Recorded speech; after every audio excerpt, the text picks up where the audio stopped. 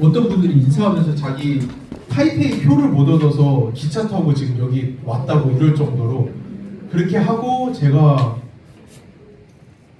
금요일인가 토요일날 귀국한 것 같아요. 그리고 지금 첫 이제 아메이 다시 발표하러 온 거라서 제가 좀 해롱해롱하거든요. 그래가지고 조금 말도 버벅거리고 해도 좀 이해해 주시면 감사하겠습니다. 근데 제가 이번에도 다녀오면서 정말 많이 느낀 게 아메이 코리아가 아메이 글로벌 나아가는 길의 선봉장이에요. 정말로. 여러분이 실감하실 수 없을 정도로 해외 아메이에 나가면은 아메이 코리아가 어떻게 하느냐에 대해서 관심이 엄청나게 많으세요. 그리고 일본도 한국에서 이제 그러니까 사실 처음 할 때만 해도 일본 아메이가 조금 싫어했던 게 느껴졌어요. 그러니까 언제나 일본 아메이가 훨씬 더 컸고 일본의 것을 한국이 받아간다라는 그런 것이 있었는데 한국에서 한 것을 일본에서 받아간다라는 것 자체에 대해서 일본에서 약간의 그런 게 있었지만 그런 거를 돌파해내고 일본에서 파일럿을 했는데 반응이 너무 좋아서 지금 일본도 11월에 출시하는 걸 아주 기대를 많이 하고 있습니다. 근데 일본까지 가고 나니 이제는 제가 얼마 전에 갔던 말레이시아 그리고 지금 태국, 싱가포르도 얼마 전에 다녀왔고 그리고 지금 대만 전부 다 이 한국에서 한 거를 그대로 그 다음으로 가져가기 위해서 엄청나게 열심히 노력을 하고 있어요. 그 정도로 지금 여러분이 2년 반 전에 한국에서 최초로 뿌린 이 마이랩이라는 씨앗이 무럭무럭 자라서 전 세계 아메이에 그늘을 씌워주는 나무로 성장했다라는 것에 대해서 저는 한국인으로도 무척 자부심이 있었고요. 저에 비해서 여러분은 오죽 더 하시겠어요. 이 한국 아메이의 ABO들이 이제 아마 뭐 10년, 20년이 지나면은 이런 막 여담이 있을 것 같아요. 이제 글로벌의 이 데이터베이스로 시작되는 이 모든 비즈니스 스코프에 있어서 이 모든 것을 한국이 첫 삽을 떴다라는 거에 대해서 글로벌 어느 아메이나 어디 비즈니스 섹터를 가더라도 여러분이 스스로 상당히 프라우드하게 느끼실 거라고 생각을 합니다. 그래서 이 마이크로바이 오늘 시작하면서 오늘 처음 들으시는 분들도 좀 있다고 하셔가지고 약간 저희가 그 아주 첫 강의부터 가장 최근에 했던 인스파이어에서 했던 강의까지 제가 1시간 15분 내로 가장 알차게 최대한 우겨넣어서 하고 최소한 10분, 15분은 질의응답을 받을 수 있도록 좀 해보겠습니다. 그래서 도대체 이 마이크로바이옴이라는 게 뭐길래 이렇게까지 난리들을 치는 것이냐라고 하면은 마이크로바이옴이라고 하는 것은 사람 몸 안에 있는 미생물이에요. 단순히. 근데 이 미생물이라는 존재에 대해서 아무도 어프리시에이션이 없었어요. 아무도 고마워하거나 이런 것들이 없었어요. 심지어 그냥 항생제를 가지고 아이들 몸에서 균을 다 죽여야 된다라는 사명감을 가지고 엄청난 양의 항생제를 쓰던 시절은 있었지만 이 미생물이라는 존재가 인간을 위해서 중요하다라는 거에 대한 관심은 하나도 없었어요. 하나도 없다가 이게 되게 재밌는 그냥 백그라운드인데 조금 이따 자료에서 나오겠지만 제가 살짝 훑고 가면 훨씬 더 내용이 쉬운 것 같아서 과학자들이 도대체 인간은 왜 아픈가? 인간의 병의 근원은 무엇인가? 왜 인간은 120세라고 하는 인생을 살면서 누구는 119세까지 정말 건강하게 살다가 고생 거의 없이 그냥 돌아가신 저희 외할머니가 그러셨어요. 저희 외할머니가 정말 오래 사시고 마지막까지도 혼자서 제가 화투를 저희 외할머니한테 배웠거든요. 혼자서 방에서 미나투 뛰시고 노래 부르시고 그런데 그날도 여김없이 그냥 저희 외삼촌 집에서 같이 사시면서 그냥 밥 먹고 방에 들어가서 노래 부르시는 것까지 다 들렸고 그리고 다음날 저희 외삼촌이 가셨는데 아침에 돌아가 계셨다고. 그러니까 근데 그때 이미 연세가 100세 가까이 되셨을 때거든요. 그러니까 말도 안 되게 건강한 사람들이 이 세상에 존재해요. 그러면은 그 사람들은 왜 그런 거고 왜 도대체 누구는 20, 30대부터 온갖 암에 시달리며 평생을 염증성 장질환에 어린 나이에 자폐 뭐 우울증에 불안증에 뭐 이 모든 질병을 겪어가면서 고생을 하면서 막판엔 또 알츠하이머 치매 막 누구는 왜 이런 고생을 하면서 사는가에 대한 본질적 관심과 질문이 과학자들에게 언제나 있어 왔어요. 그러니까 과학자들이 이 비밀이 어디 있는가를 처음 본 게 인간의 유전자였어요. 그래서 인간의 유전자만 다 파헤치고 나면 인간 유전자 안에 모든 비밀이 있어. 그래서 이렇게 특별하게 오랫동안 건강하게 사는 사람들에게는 다른 사람들한테는 없는 유전자가 있는 거야 라는 이 고정관념이 과학자들에게는 5, 60년 전부터 있었어요. 그래서 왓슨 앤 크릭 유전자의 구조 밝히고 바로 노벨상 3명이서 그냥 한 방에 다 받아버릴 정도로 이 유전자에 모든 것이 있다라는 하나의 상상이 있었어요. 이런 상상에서 나온 것들이 뭐가 있느냐, 스파이더맨 같은 영화만 보셔도 아실 수 있는데, 스파이더맨이 뭐죠? 스파이더맨은 남들에게 없는 특별한 능력이 있어요. 근데 이 능력을 어떻게 얻었죠? 대학생 때 그냥 인턴으로 어떤 그냥 연구실에 구경을 하러 갔는데 그 연구실에 있던 유전자 변형 거미가 걔를 물었어. 그랬더니 이 거미의 유전자가 얘한테로 들어갔어. 그랬더니 얘한테 거미의 유전자가 생기면서 갑자기 거미줄을 쏴. 이게 이제 사람들의 모두가 가지고 있던 하나의 고정관념이었어요. 그래서 유전자 분석을 쫙 했죠. 막 좀 이따 사진 나오잖아요. 빌 게이츠 나와서 인간의 모든 생로병사의 비밀을 미국이 최초로 풀어냈다 막 이러면서 유전자를 딱 끝내놓고 나가지고 과학자들이 그걸 딱 보고 엄청난 충격에 빠져요. 유전자가 터무니없이 작은 거예요. 유전자가 초파리 1.5배 정도밖에 안 돼요. 인간의 유전자가. 근데 과학자들이 보기엔 초파리는 평생 걔가 뭐 치매 대장암도 안, 뭐 초파리가 뭐가 걸리겠어요. 감기도 한 번 안 걸릴 거야. 뭐 초파리는 일주일 살다 돌아가시는 초파리가 그게 어떻게 인간이랑 유전자가 1.5배밖에 차이가 안 난다라는 게 상상을 할 수가 없는 거죠. 그래서 인간의 유전자를 파보기 시작하니까 이건 아니구나라는 걸 바로 깨달았어요. 가장 대표적인 게 뭐냐면은 인간이나 초파리나 이런 자연계에 있는 천연물을 먹고 분해를 해서 혈액으로 넣어주는 소화 기능을 가진 유전자가 없어요. 아시나요? 코알라도 그래요. 코알라. 제가 제 딸내미가 똥이라는 책을 진짜 어떻게 어디서 알고 아빠가 이런 일 하는지 어떻게 알고 제 막내 딸내미가 똥이라는 책을 가져왔더라고요. 저한테 읽어달라고 해서 제가 읽어주다가 놀라운 걸 발견한 게 코알라는 어미가 새끼에게 똥을 먹여요. 아세요 그거? 진짜로 먹여요. 왜냐하면은 코알라는 유칼립투스 잎을 먹고 사는데 전 세계 어떤 애니말리아도 그 유칼립투스를 분해해서 에너지를 쓸 수 있는 애니멀은 없어요. 동물계는 존재하지 않아요. 그래서 그건 어떻게 되는 거냐? 코알라 장 속에 있는 미생물이 쪼개서 분해를 해서 사람이 먹을 수 있게 발효를 해주면 그때 사람이 흡수를 해서 에너지를 쓰는 거예요. 그래서 코알라 어미가 새끼한테 어미 장에 있는 미생물을 넣어주지 않으면은 이 코알라 새끼는 유칼립투스 잎을 아무리 먹어도 굶어 죽어요. 그리고 이 유칼립투스 잎이 분해되면서 나오는 독소들이 있는데 독소 분해를 할 수 없어요. 인간이나 모든 동물은. 그 독소도 미생물이 분해를 해줘야 돼요.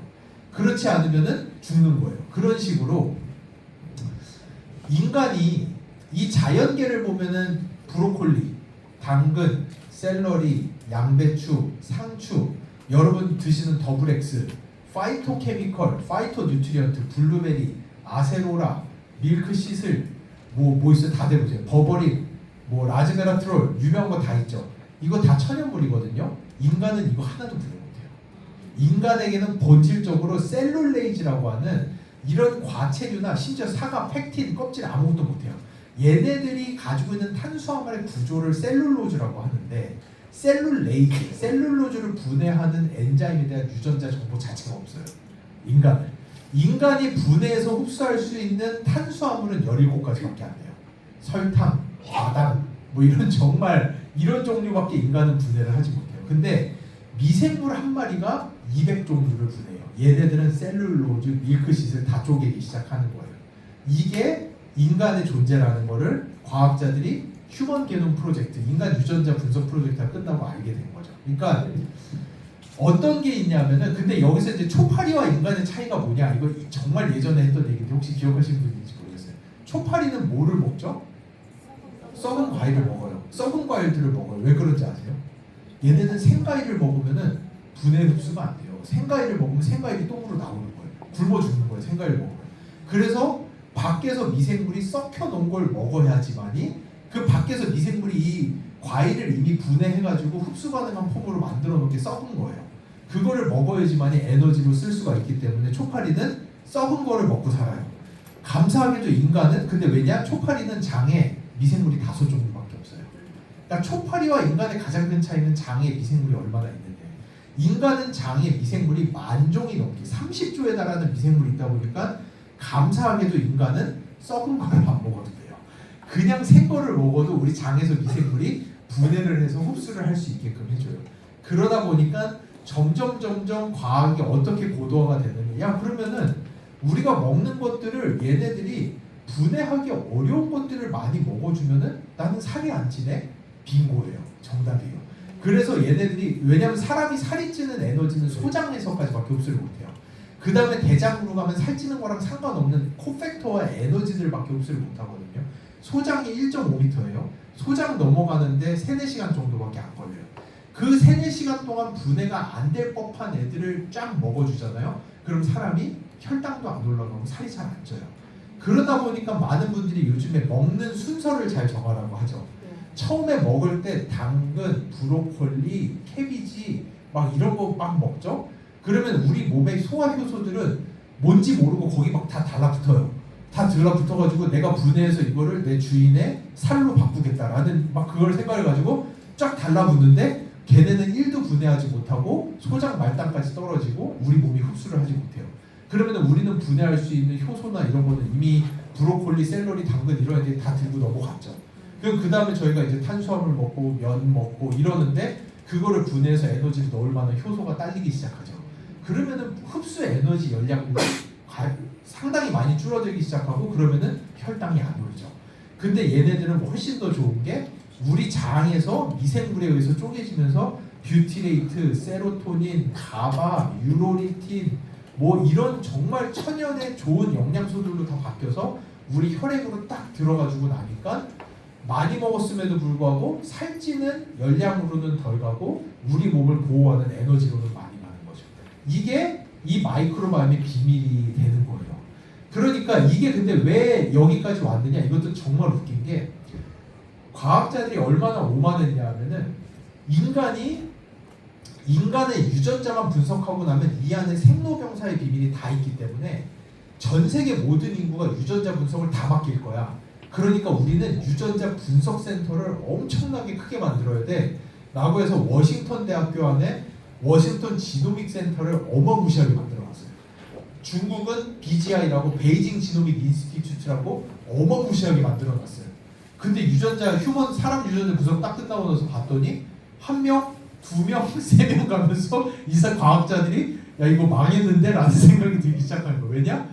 사람들을 계속 찍는데 사람들의 유전자가 99.9%가 다 똑같은 거예요. 나이, 성별, 인종, 막 흑인, 저 진짜 돌아가시기 직전에 흑인 할머니랑 저랑 유전자가 99.9% 이상 똑같아요.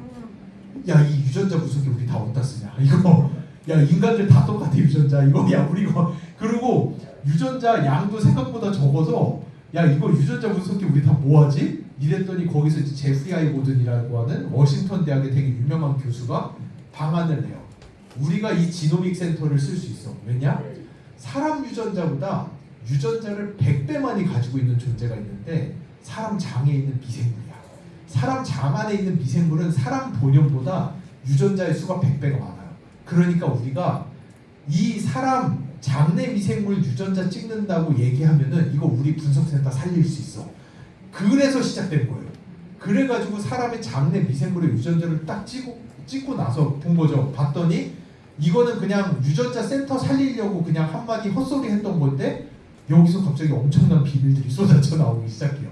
그러고 나서 봤더니 인체의 비밀이 나오기 시작하는 거예요. 야, 이래서 브로콜리를 먹어도 결국 인간에게 도움이 되는 거구나. 인간에게는 이거 분해해서 흡수할 수 있는 유전자 하나도 없는데 장에는 미생물이 다 들고 있네.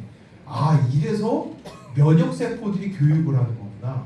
이 면역세포를 교육하는 모든 에피톱이라고 하는 정보를 내 유전자는 하나도 안 들고 있는데 내 장내 미생물들이 다 들고 있네.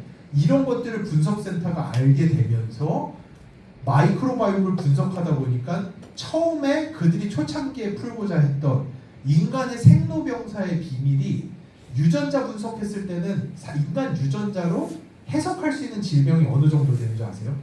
지금까지 연구 결과로는 10%가 채 안 돼요.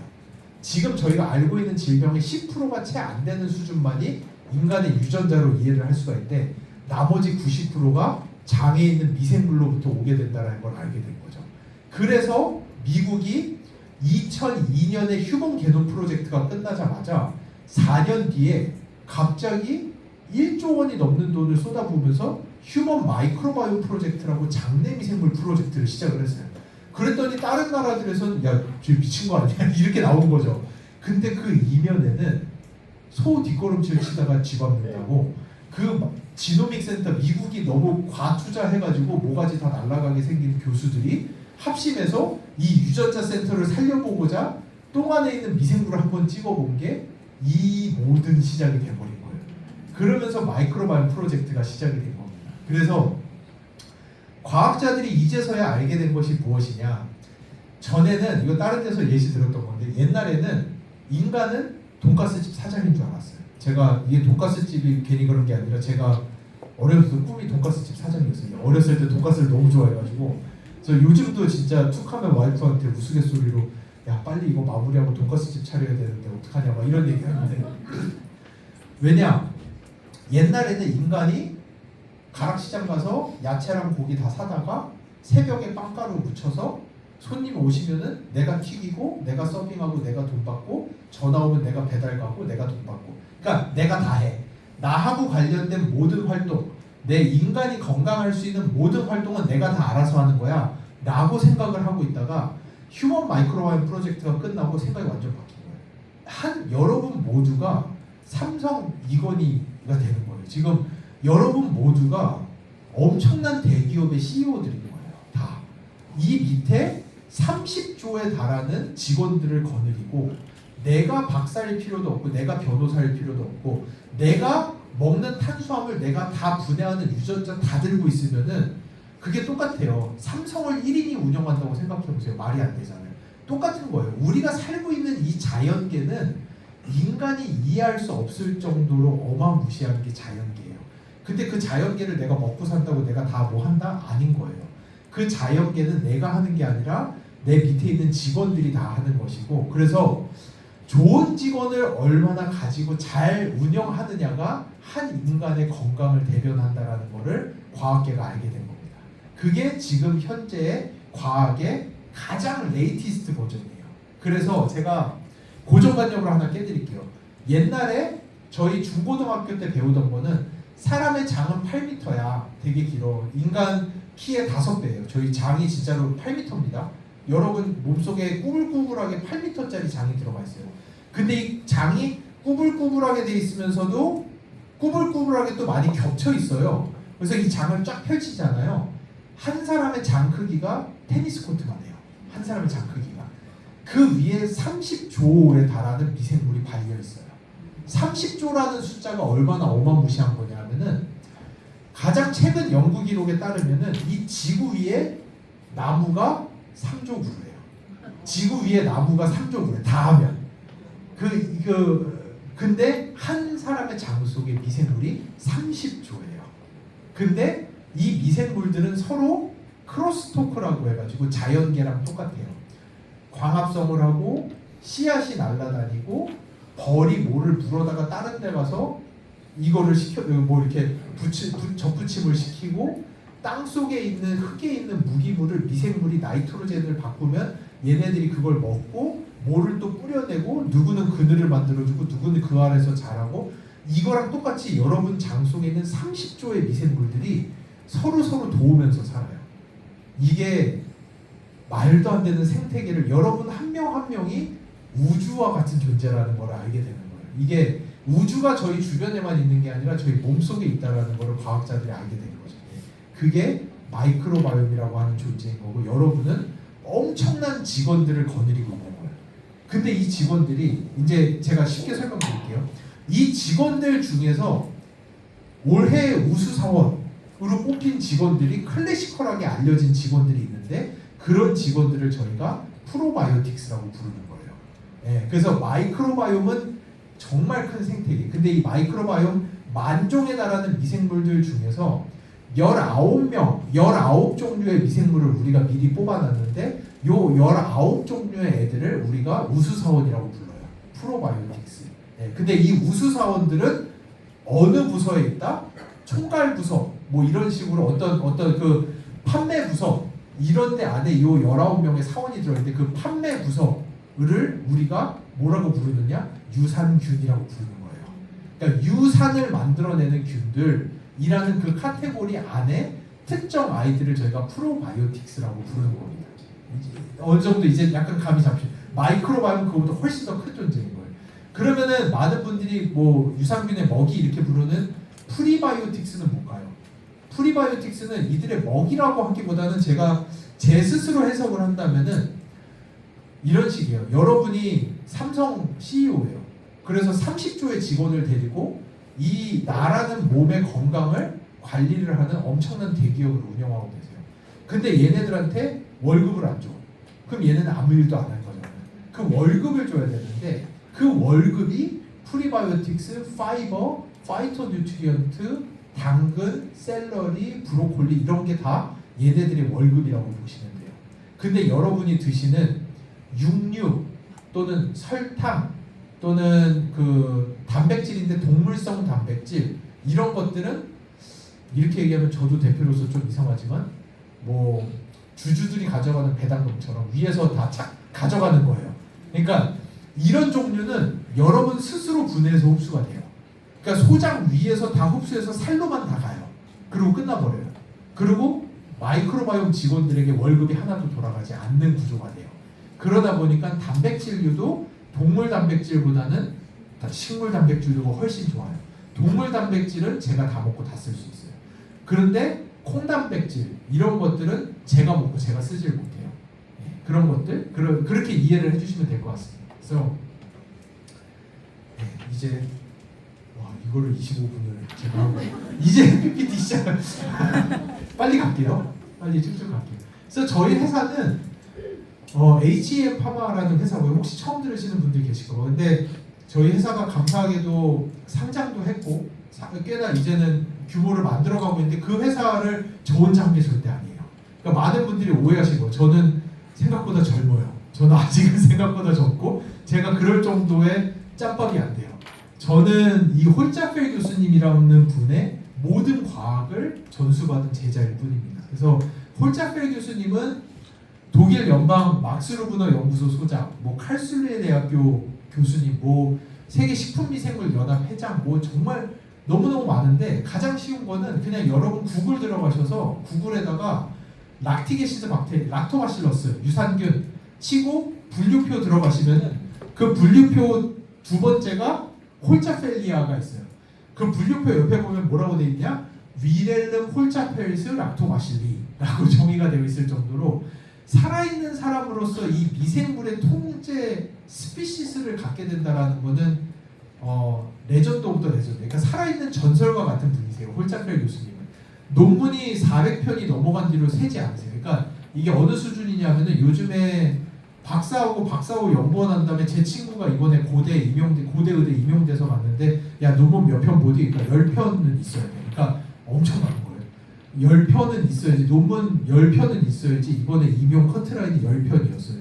교수님이 400편이 넘어요 논문이. 그러니까 400편 넘고 안 세세요. 그 뒤로 너무 귀찮아서.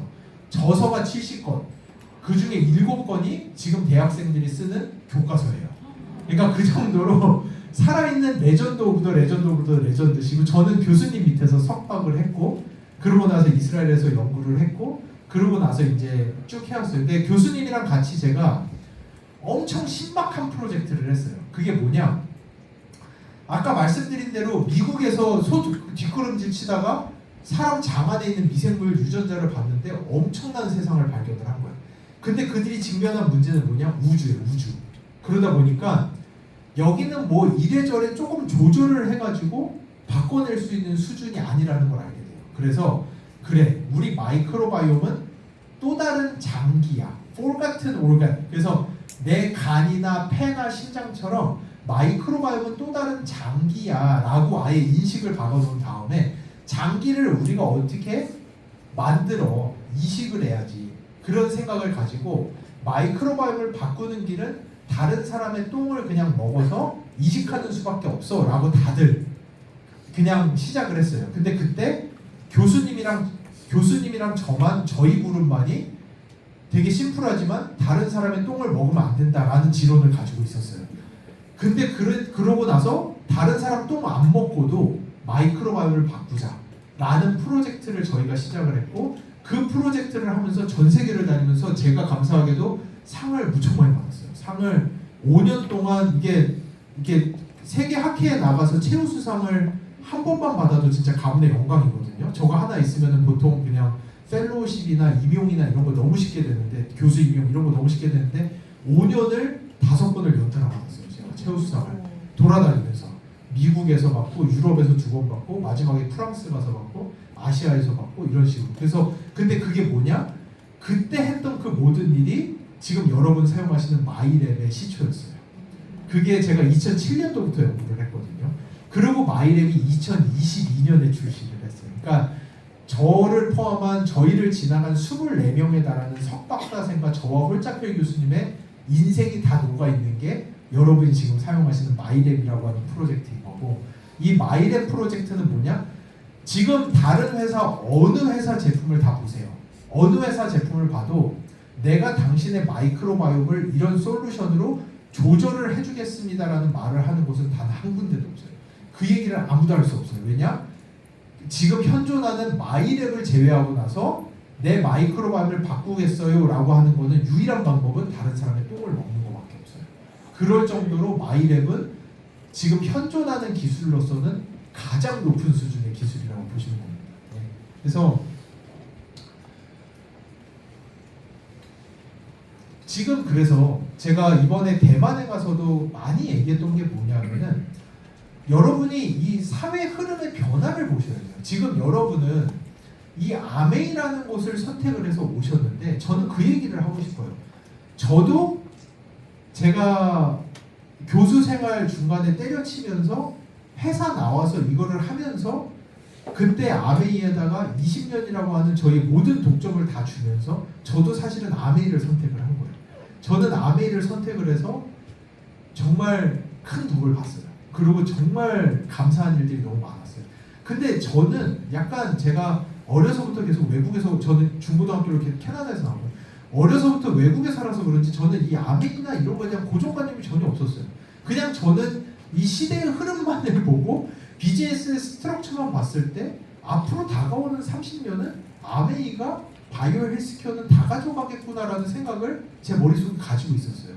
이게 왜 그러냐 하면은 시대가 많이 변하고 있어요. 이거를 그 안에 들어가서 면밀히 보는 사람들은 쉽게 이해를 하는데 약간 멀리서 떨어져서 보면 잘 보이지가 않아요. 그게 뭐냐 하면은 제가 하나 예를 들어 드릴게요. 1950년대, 60년대에 박사학위를 하는 학생들에게 가장 그 라이프 사이언스, 생명과학 박사학위는 하는 학생들에게 가장 핫한 토픽이 뭐였는지 아세요? 결핵이었어요. 결핵. 요즘에 주변에 결핵으로 죽는 사람 본 적 있으세요? 그 결핵은 병도 아니에요. 이제 결핵은 병도 아니에요. 근데 50년대 60년대만 해도 내 자식이 결핵을 연구하는 박사야라고 하면 가문의 영광인 거예요. 그 다음이 뭔지 아세요? 심장병이에요. 그때 왜냐 70년대는 그 소리 없는 살인자라고 심장병, 심장마비 쓰러져서 막 돌아가시고 미국에서 너무 많았거든요. 그러다 보니까 카디오베스큘러 디지즈가 가장 핫 토픽이었어요. 근데 지금 여러분 혈압약 실비 청구하고 뭐 하면은 한 달에 10원도 안 해요. 그러니까 이제는 다 알려졌어요. 혈압약 먹고 고지혈증약 먹고 하면은 심장마비 안 와요. 이런 건 이미 너무 다 알려요. 요즘에 심장마비 연구한 사람 한 명도 없어요. 이거는 이제 일도 아니에요. 그게 불과 몇십 년 안 됐어요. 그 다음은 에이즈였어요. 에이즈도 다 정복됐어요. 아무도 연구 안 해요. 에이즈는 이제 치료제까지 다 나와버렸어요. 그 다음 1990년대부터 해서 그 즈음 시작한 게 암이에요. 그러니까 많은 사람들이 신약하면 다 암, 막 제약회사 뭐 하면 다 암 치료제, 비소세포 폐암 치료제, 간암 치료제 다 이런 생각하시는데 평생 이겨왔던 게 아니라 이것도 뜨고 지는 거예요. 이것도 이미 끝나가요. 이미 30년 전에 시작했고 요즘에는 암 치료제 하는 회사 많이 없어요. 이미 넘어갔죠. 비만 치료제 뭐 이런 걸로 이미 뭐 싹센다부터 해가지고 뭐 다 이미 위고비로 해서 이미 다 넘어가고 있죠. 암은 이제 완치율이 84%예요. 이제는 옛날처럼 암 걸렸다고 다 돌아가시는 시절이 아니에요. 암도 이제 뭐 아주 콜드 캔서, 뭐 폐암, 뭐 뭐 이런 몇 가지 빼고는 난소암 뭐 이렇게 몇 가지 빼고는 완치율이 84%고 가장 최근 기록 보면은 갑상선암 완치율이 104%예요. 그러니까 이게 뭐냐면 104%가 무슨 안 걸린 사람보다 더 오래 살아요. 그러니까 이 시대는 이제 끝나고 있어요. 그럼 이 넥스트가 뭔지를 보셔야 돼요. 여러분은 이 넥스트를 보고 가셔야 되는데 이 넥스트가 다 어디로 가 있느냐? 이제 슬슬 여러분 많이 들리시죠? 슬로우 에이징, 저속노화, 그리고 라이프 퀄리티 오브 라이프, 삶의 질. 제가 아까 처음 말씀드린 것처럼 어떻게 하면 내가 이제 오래 사는 건 문제가 아니에요. 진짜 병원 가셔서 맘먹고 들어 누운 다음에 돈은 내가 줄 테니까 나 150살까지 살려만 주세요 하면은 다 살려놓을 수 있어요.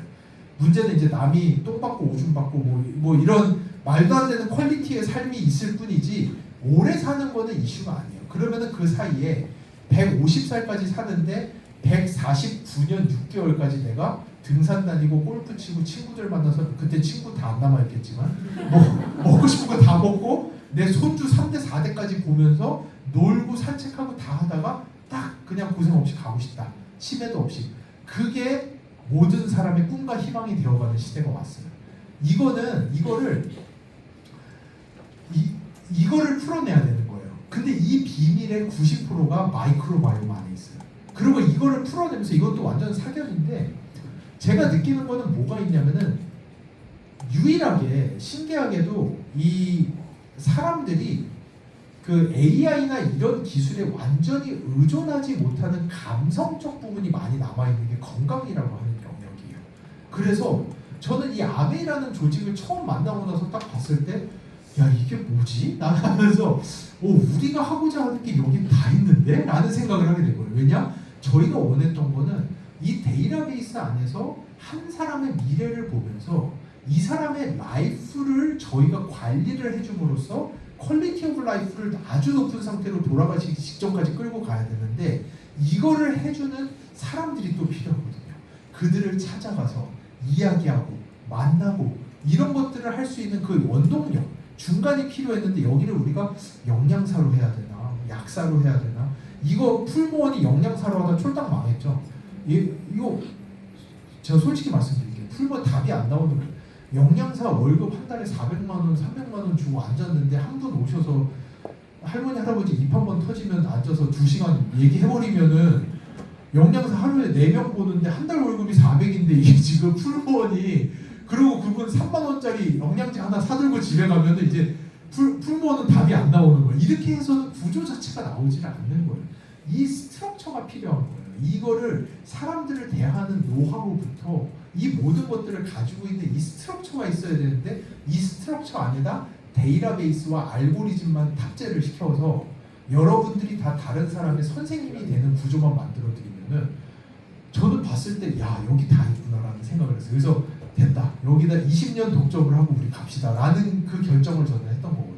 근데 여러분이 지금 거기에 탑승해 계시다라는 걸 알면 좋을 것 같아요. 그냥 단순히 이 아메이 비즈니스를 넘어서 앞으로 다가오는 퀄리티 오브 라이프를 책임지는 이 사회 현상 안에서 여러분들이 해야 할 일이 너무 많다는. 그리고 저는 아메이의 젊은 분들을 보면서 와 내가 진짜 이 시스템은 진짜 꼭 탑재하고 싶다라고 생각하는 게 뭐가 있냐면은 요즘을 대변하는 트렌드 워드가 하나 있는데 이거는 이번에 트렌드 코리아에도 안 실린 걸로 아는데 제가 다른 데서 들었거든요. 조선시대라고 아세요? 이게 조부모와 손자 손녀가 함께 사는 시대예요. 요즘에는 제가 가끔 저희 막내가 아직 유치원이라서 유치원 데려다 주면서 보면은 약간 신기한 애들이 있어요. 애들이 몸빼바지 입고 뭐 모시조끼 같은 거 입고 다니는 애들이 있거든요.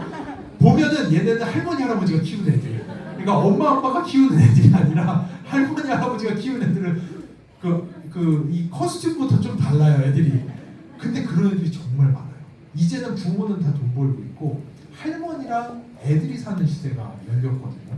근데 여기 젊으신 분들이 사실은 저희가 이 할머니 할아버지 케어 프로그램만 제대로 만들어서 베개 밑에 붙이는 수면 센서, 할머니 할아버지들 차는 반지, 링, 그리고 할머니 할아버지들 할 수 있는 인바디 프로그램 이런 것들을 한 다음에 손주들이 그런 거를 보고 할머니 할아버지들에게 전화드리면서 어제 왜 이렇게 못 주무셨어요? 어제 못 걸으시 제가 2,000보 더 걸으라고 했잖아요.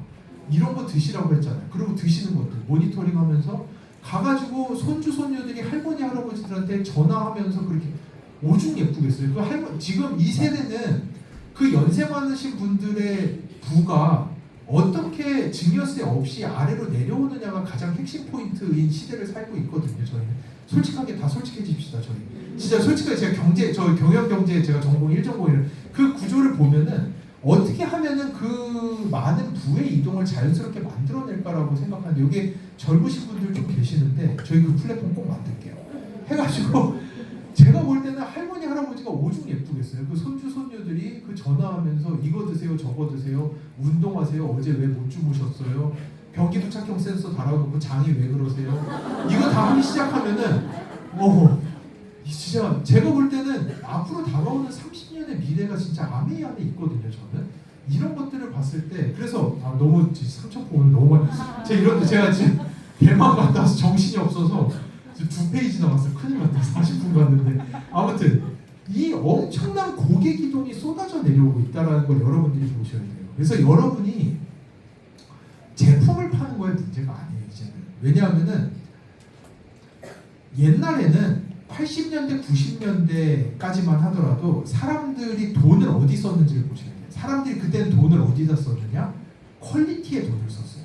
제품의 퀄리티. 저 아직도 기억나. 내가 그 초록색 파나소닉 CD 플레이어를 처음 손에 들었던 중1 때의 그 기분을 아직도 기억이 나요. 날아갈 것 같아요. 그러니까 그런 시대가 있었어요. 그 신박한 제품에다 엄청난 돈을 쓰는 그런 시대가 있었는데 요즘에는 발에 밟혀요.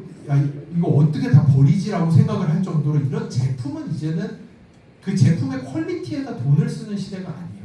그 다음은 어디다 사람들이 돈을 썼죠? 그 다음에 돈을 쓰기 시작하면 브랜드였어요. 그때부터 갑자기 명품이라는 것이. 그러니까 사람들이 화장품을 사는데 어느 정도 생각이 있는 사람이라면 저는 왜 아모레퍼시픽을 사야 되는지 이해가 안 가거든요.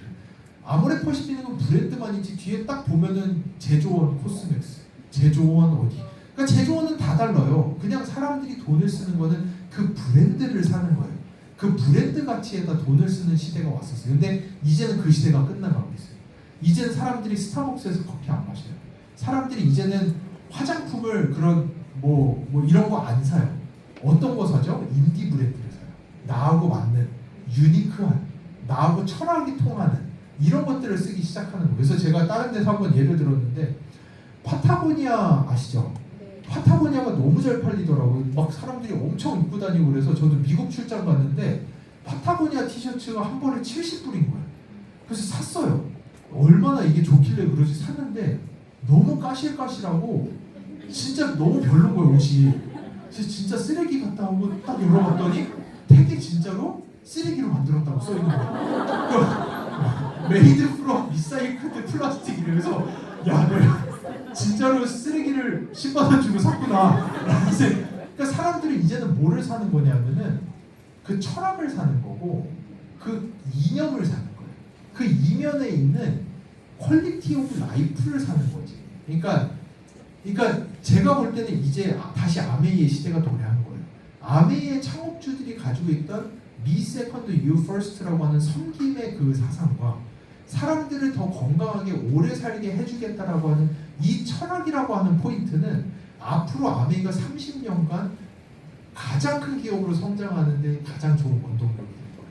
저는 그래서 여러분들에게 이런 얘기를 하는 거는 여러분들이 사람들을 만나면은 이거 제품 좋은 거야. 퀄리티가 이런 것도 좋지만 그런 얘기도 당연히 해야 되겠지만 이 이면에 그 철학과 그리고 아메이가 가지고 있는 마이랩과 같은 제품을 통한 아메이가 가지고 있는 미래 비전 사람을 얼마나 더 건강하게 오래 살게 할 수 있는가 이 데이터베이스를 세상에서 누가 제일 많이 가지고 있는가 이 알고리즘들 플랫폼 다른 회사들은 다 똥 먹는데 그칠 때 우리는 그런 것이 아니라 진짜로 특정 요소들을 이용해서 사람의 마이크로바이옴을 조절함으로써 더 건강하게 해주고자 하는 그 열망 과학적 기술 이런 것들을 많이 어필하시면 되게 좋을 것 같아요. 저는 지금은 좀 자양분을 뿌리시는 거죠. 하지만 앞으로 다가오는 30년은 이게 가장 핵심이 되는 시대가 온다라고 저는 생각을 해요. 그래서 이 고객의 이동이 있다라는 거. 그래서 이제는 단순히 오래 사는 게 아니라 단순히 좋은 제품이 아니라 우리 제품의 퀄리티가 이렇게 조화를 넘어서서 우리는 건강하고 의미 있게 사는 그 소스를 제공하는 곳이라는 게 아메이라는 그 마음을 가지고 계시면 무척 좋을 것 같아요. 그래서 이거 넘어갈 수 있어요. 이게 제가 얘기했던 거예요. 사람의 건강이 나의 유전자 안에 있다라고 생각하던 저 빌 클린턴이 미국 대통령 하던 진짜 호랑이 담배 피던 시절 같은데 이런 일들을 해왔는데 이러고 나서 알게 된 거는 인간 게놈 프로젝트는 유전자의 한계를 그냥 확인했을 뿐이다. 이 기사에서 하는 얘기 뭐냐? 생명 현상. 우리는 살아있는 건 유전자뿐만 아니라 환경과 상호작용하는 방식까지 연구를 해야 된다. 너무 당연한 얘기인데 과학자들이 수준이 이래요. 그러니까 과학자들 수준이 진짜 이 정도예요. 그래서 딱 유전자 끝나고 나서 과학자들이 뭐 봤냐? 쌍둥이들을 보기 시작했어요. 야, 그러고 보니까 쌍둥이들은 그러면 유전자에 모든 비밀이 있으면은 쌍둥이들은 다 암이 걸려도 똑같은 암이 걸려야 되고 똑같은 때 걸려야 되고 똑같이 머리 빠져야 되고 똑같이 해야 되는데 똑같이 당뇨 걸리고 똑같이 뭐 다 해야 되는데 다 다른 거예요. 쌍둥이는 유전자가 100% 똑같은데 유전자가 아니라는 게 너무 여실히 드러나는 거죠. 그러고 나서 과학자들이 봤던 게 엑스포죠. 우리 환경과의 상호작용이라고 한다면 한 사람의 환경을 어떻게 만드는지가 이 사람에게 가장 중요한 팩터다라는 걸 과학자들이 생각했는데 이것 또한 아메이가 정말 얼리 스테이지에 들어갔어요. 단순히 수확물이 많이 없었을 뿐이지. 그 당시에 아메이가 여러분 드시는 물, 이스프링, 공기, 애모스피어, 먹는 거 파이토 누트리언트, 더블 X 이거 아메이가 다 하고 있는 거잖아요. 심지어 케미컬 익스포저, 이거 세제 뭐 이런 것들까지 다 하고 있기 때문에 대박이다. 이게 아메이의 미래다라고 해가지고 스탠포드에다가 10,000만 불을 지원을 하면서 2014년, 12년 전, 이미 10몇 년 전에 아메이는 스탠포드랑 1,000만 불짜리 연구를 시작을 하면서 이 쌍둥이 연구, 웰 프로젝트를 시작을 했어요. 이거 이 당시에 전 세계에서 다들 입이 벌어질 정도로 상상을 초월하는 규모의 연구였어요. 전 세계에서 가장 빠른 시기에 가장 큰 규모의 대규모 임상 연구, 웰 프로젝트. 스탠포드와 1,000만 불 상상 초월이잖아요. 이런 연구를 했어요. 아메이가. 근데 이거를 통해서 뭘 알게 됐느냐? 야, 근데 문제를 봤더니 쌍둥이인데 같은 집에서 같은 거 먹고 같은 공기 마시고 같은 물 마시고 다 같이 하고 있는데도 한 명은 아프고 한 명은 안 아파. 이걸 알게 돼요. 근데 분명히 속도 차이는 있다. 그러니까 환경을 잘 하면은 분명히 좋은 건 있지만 이게 100%는 아니더라. 라는 게 아메이가 알게 된 거예요. 그러고 나서 아메이가 몇 년 지나지 않아서 2016년, 17년도부터 마이크로바이옴 기술을 찾기 시작했어요. 마이크로바이옴이라는 걸 알게 된 거죠.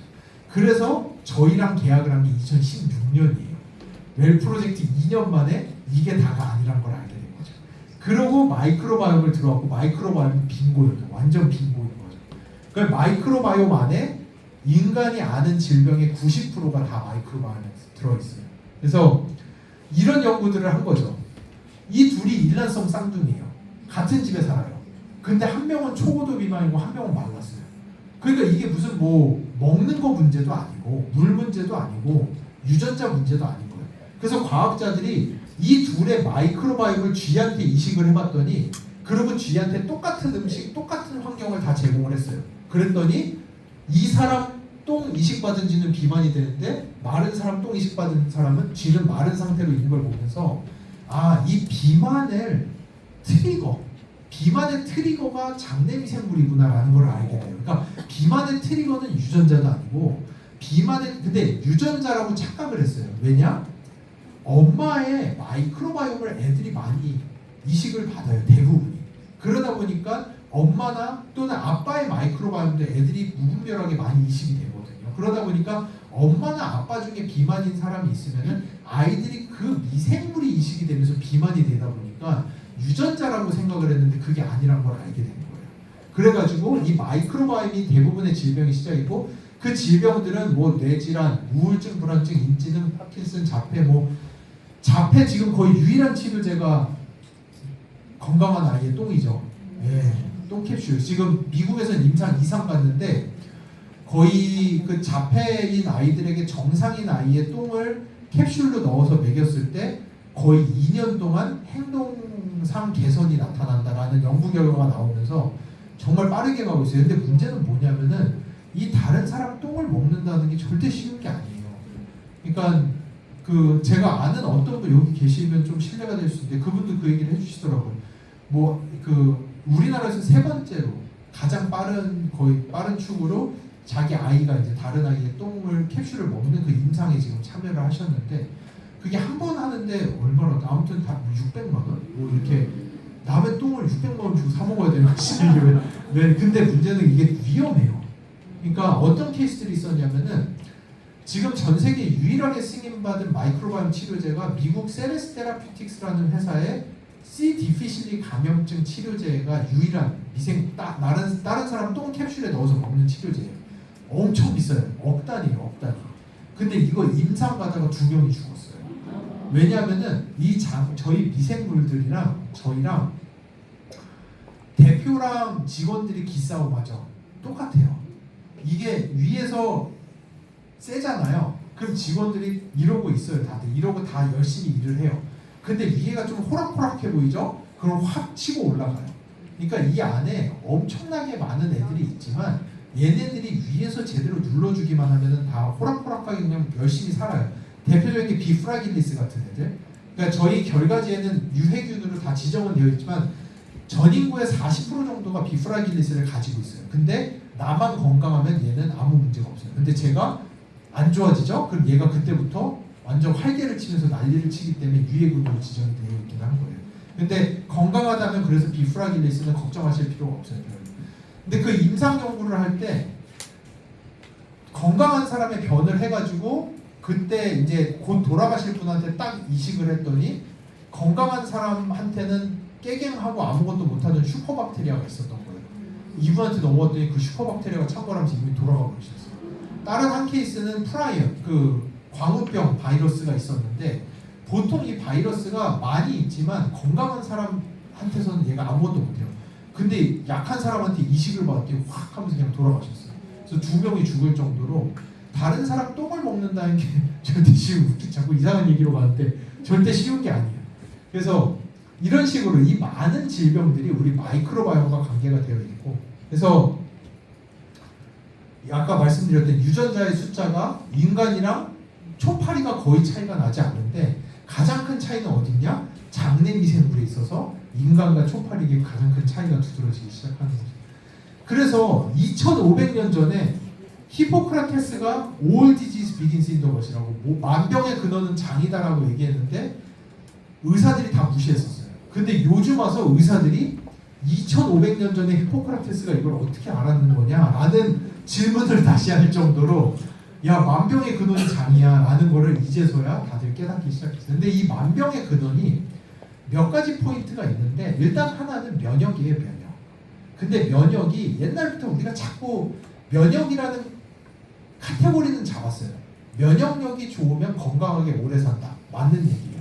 근데 그러고 나서 면역력을 높이려고 온갖 거를 다 했어요. 이 온갖 걸 다 하면서 결국 알게 된 건 뭐냐? 야 면역력이 너무 세지기 시작하니까 알러지 아토피 환자가 되게 많아지기 시작하고 자가 면역 질환 환자가 엄청 많아지기 시작하면서 염증성 장질환, 류마티스 관절염, 옛날엔 듣도 보지 못한 무슨 뭐 루게릭병, 뭐 근육 뭐 공격하는 병, 뭐 온갖 내 면역 세포가 내 몸을 공격하는 현상들이 나타나기 시작하는 거예요. 그때부터 과학자들이 알게 된 게 뭐냐? 면역은 뭐가 중요한 거냐? 면역력이 센 게 문제가 아니라 면역력이 눈알이 달려 있어야 되는데 얘네들이 장님인 채로 힘만 세버리니까 뭐를 공격해야 될지 몰라서 괜시리 음식 먹은 거 가지고 깽판치고 막 땅콩 먹었는데 왜 이렇게 난리가 나고 괜시리 내 몸 막 힘이 뻗쳐서 뭘 못해서 갑자기 내 몸의 관절을 보고 야 저거 적인 것 같아 하고 공격을 시작하고 류마티스 관절염이 갑자기 생기기 시작하고 이런 현상들이 나타난다는 걸 과학자들이 알게 된 거죠. 그래서 제가 시간이 없어서 좀 빨리 가고 있는데 그래서 일단 첫 번째 애들이에요. 애들. 이 면역력이 어떻게 똑똑해지느냐? 면역세포를 교육을 시켜야 되는데 우리 몸의 면역세포는 아기 때 태어나요. 오늘도 매일같이 태어나고 있어요. 우리의 면역세포는 허벅지단에서 나이브 T셀이라고 해서 나이브가 뭔지 아세요? 나이브는 순진한, 순전한, 말 그대로 머리가 통통 빈 그런 T셀들이 태어나고 있어요. 매일같이. 근데 얘네들이 문제는 뭐냐? 손에 총을 들고 태어나요. M16을 하나씩 다 들고 바주카포를 들고 태어나서 머리는 벼지, 눈은 장님이지 이러고 태어나 있는 상황인 거예요. 그러니까 매일같이 태어나 있는데 얘네들을 피하 식별을 시켜줘야 되는 거예요. 군인이 서울에 군인 500명이 M16 들고 들어왔는데 다 장님이에요. 그럼 진짜 난리 나는 거잖아요. 총질을 아무데나 하기 시작하면은 야군 적군 다 죽는 거잖아요. 그러니까 이 면역세포들을 교육을 시켜야 되는데 그 교육의 원천이 장내미생물이에요. 왜냐? 되게 여러 종류가 있지만 가장 심플하게 말씀드리면 이 면역세포가 우리 혈액을 돌아다니고 있으면은 얘네가 보는 건 내 몸밖에 없어요. 그러면 야 이거 공격하면 안 돼. 관절이야. 이거 공격하면 안 돼. 이거 공격하면 안 돼. 이거 공격하면 다 공격하면 안 되는 것만 가르치고 있으면은 얘는 야 근데 그럼 난 총은 왜 들고 태어났냐? 나는 뭔가를 쏴서 죽여야 되는 존재인데 왜 공격하지 말라는 것만 다 보여줘. 그러면 이제 우리 몸이 이 면역세포를 다 장으로 데려가요. 장 주변에 싹 붙여놓고 야 여기가 쇼윈도야. 봐. 장 속에 들어오는 것들이 일단은 네 주인님이 이걸 매일 먹잖아? 그러면은 그거는 톨러런스. 그러니까 관용을 가져야 돼. 관용. 그러니까 이런 것들은 네가 분별해서 공격해야 돼. 잘 봐. 주인이 매일 땅콩을 먹잖아. 이거는 뭐 위험한 게 아니야. 매일 입으로 넣잖아. 그러니까 이런 건 관용을 가져. 그런데 이상한 이런 관용에 포함되지 않는 누군가가 오면 너는 공격을 하면 되는 거야. 그리고 여기 얘네 살아있지. 너 근데 살아있는데 네 몸 아닌 거 처음 보지. 이런 걸 미생물이라고 해. 그래서 네가 지금 장에 계속 있는 얘네들 빼고 다른 종류 미생물들이 네 혈액에서 보이잖아. 바로 죽여버리면 돼. 이런 교육을 다 받는 거예요. 그러다 보니까 이 면역세포가 똑똑해지기 시작하죠. 눈을 뜨기 시작하고 똑똑해지기 시작해요. 근데 이런 교육이 거의 16세 때 끝나요. 16세 이후로부터는 평생 얘네가 가지고 있는 기억력을 가지고 평생을 살아가는 거예요. 그래서 뭐가 문제가 되냐면은 요즘에 40대, 50대, 60대 분들이 가장 취약해요. 왜냐하면 요 30년의 기간이 인간들이 항생제가 왜 나쁜지 모르고 너무나도 남용을 하던 시절을 어린 시절로 보내신 분들, 이분들은 커가지고 온갖 대사질환, 자가면역계 질환, 뇌질환 이런 거에 많이 시달리세요. 면역세포들이 어린 나이에 교육을 제대로 받지 못했기 때문에. 근데 우리가 이제는 알잖아요. 그렇기 때문에 요즘에 애들 데리고 소아과 가면은 의사들이 막 항생제 처방하는데 벌벌 떨어요. 옛날에는 그냥 막 썼거든요. 요즘에는 진짜 막 그 아목시실린 같은 거 처음에 한번 쓰려고 그러면은 의사가 아직 안 써도 되는데 안 써도 되는데 안 써도 되는데 이러면서 겨우겨우 쓰면서 막 유산균 막 한 보따리로 처방하고 이렇게 하잖아요. 그러니까 요즘에는 의사가 항생제 그냥 막 처방하면은 맘카페 소문나서 바로 문 닫아대요. 그래서 소아과. 그 정도로 어린 나이에 마이크로바이옴이 중요하다는 걸 아는 거예요. 그러니까 특히나 어린 아이들에게 이 마이랩 파는데 돈은 진짜 안 아껴도 되는 것 같아요. 저는 진짜 이거 같이 저희 애들 3개월에 한 번씩 계속해요. 저도 사서 해야 되거든요. 이거 받을 수가 없어요. 이게 특수관계자 거래라고 뭐 아무튼 복잡해서 저도 사서 해요. 우리 애들 3개월에 한 번씩 그냥 꼭 해요.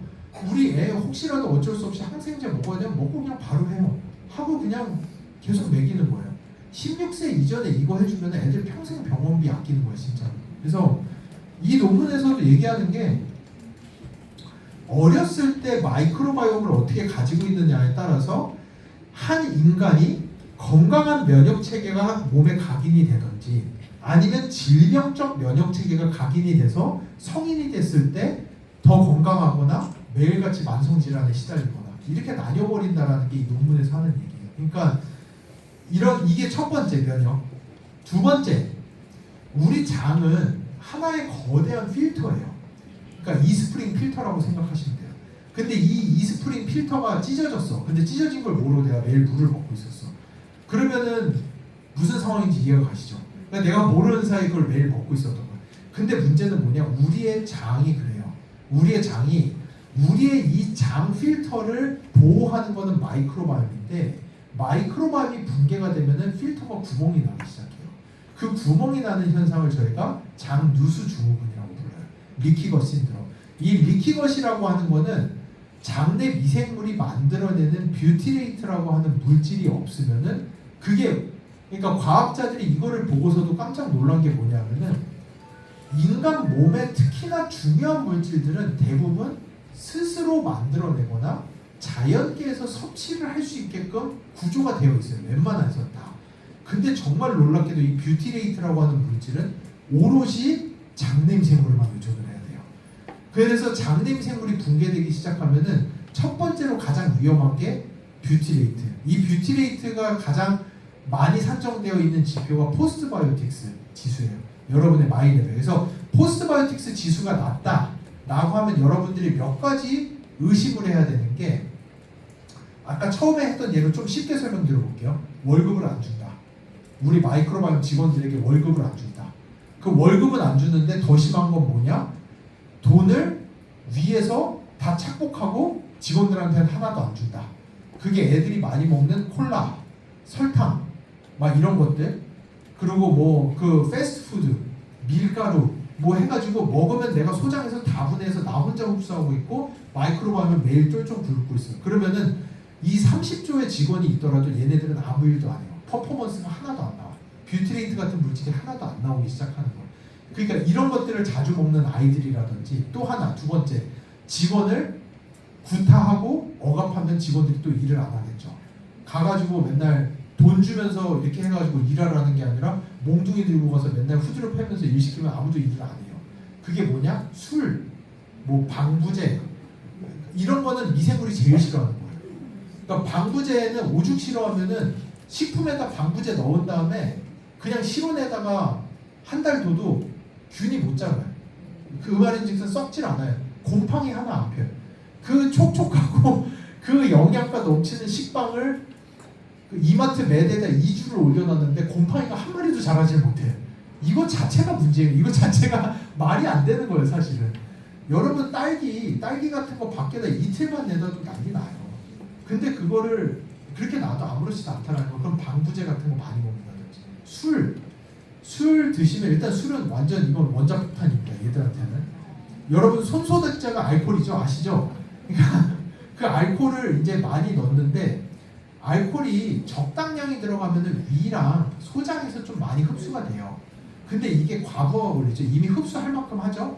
그러면 더 이상 흡수를 못하고 다 쏟아져서 장으로 내려가요. 그 다음날은 설사를 엄청나게 하시는 거예요. 얘네들이 다 죽었거든요. 얘네들 그냥 다 설사하고 다 쓸려 나오는 거죠, 다음날. 그러니까 이렇게 되면은 이 직원들이 뷰티레이트라고 하는 그 부산물, 퍼포먼스를 하나도 만들어내지 못해요. 그렇게 되면은 장 누수가 시작이 됩니다. 그럼 이제 장이 열리면 어떻게 될까요? 이스프링 필터가 찢어져 버리면은 똥물이 들어가겠죠. 이건 진짜 똥물이죠. 내 장에 있는 똥물이 내 혈액을 딱 타는데, 이게 간문맥이라고 해요. 그러니까 저희 몸의 장기가 보통 페어링이 돼 있어요. 다. 눈 2개, 코 2개, 귀 2개, 신장 2개, 폐 2개, 뭐 이런 식으로 다, 폐는 1개라고 봐야 되죠. 다 페어링이 되어 있는데, 페어링이 안 된 장기는 다르게 페어링이 되어 있는데, 간이랑 장이 페어링이 되어 있어요. 그래서 장은 간이에요. 간이 장이에요. 네, 그래서 한의학에서는 그렇게 해석을 해요. 그래서 장이 뚫리면은 똥물이 간으로 바로 들어가요. 그래서 간문맥을 타고 간으로 많이 들어가니까 술을 많이 먹으면 간이 망가지는 거예요. 그렇지 않고서는 과학자들이 왜 술을 많이 먹는데 간이 망가져? 이건 아무도 이해하지 못했었어요. 근데 저 아는 가천대 의대 교수님이 자기 포닥을 미국에서 터프트대에서 했는데 그때 이 연구를 했대요. 장의 미생물들을 없애놓고 나면 이거는 불가능한 거니까, 이게 동물이니까 이런 거예요. 미생물을 다 없애놓고 나면 쥐한테 술을 아무리 먹여도 간에 이상이 하나도 생기지 않는데요. 그 말인즉슨 사람 간이 망가지는 이유는 미생물이 불균형화되면서 안 좋은 미생물들이 많아지고, 안 좋은 미생물이 독소를 만들어냄으로써 간이 망가지는 거예요. 특히나 누수 현상이 일어나면은 똥물이 간으로 가면 간에 인플라메이션, 염증이 당연히 생기겠죠. 간염이 시작되면은 염증 반응이 일어나면 주변에 지방이 끼거든요. 그러면 지방간이 생기기 시작하겠죠. 아주 티피컬한 현상이에요. 그리고 이게 염증 반응이 이게 크로닉 인플라메이션이라고 만성 염증이에요. 장이 똥물이 콸콸콸콸 들어오는 게 아니라 찔끔찔끔 계속 새고 있는 거거든요. 그러니까 우리 몸의 면역 세포들이 되게 야 진짜 이게 어디서 새? 이러는 식으로 왜 이상한 애들이 매일 어디서 이렇게 들어오지? 이러면서 우리 몸의 면역 세포가 되게 하이퍼해지는 거예요. 매일같이. 그러면은 얘네들이 막 짜증이 껴있다 보니까 뭐 살짝 이러면 아토피 확 두드러기 확 나고 애들도 그냥 뭐 별거 안 했는데 그냥 아토피가 확 일어나고 이러는 것들이 면역 세포가 너무 하이퍼해진 상태로 계속 가는 거죠.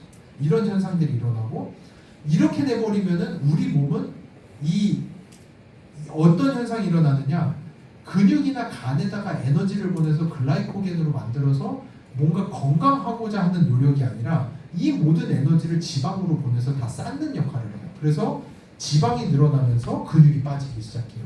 이게 리키것의 가장 근원적 문제. 근데 리키것을 컨트롤링하는 가장 주요 지표는 뷰티레이트라고 하는 물질.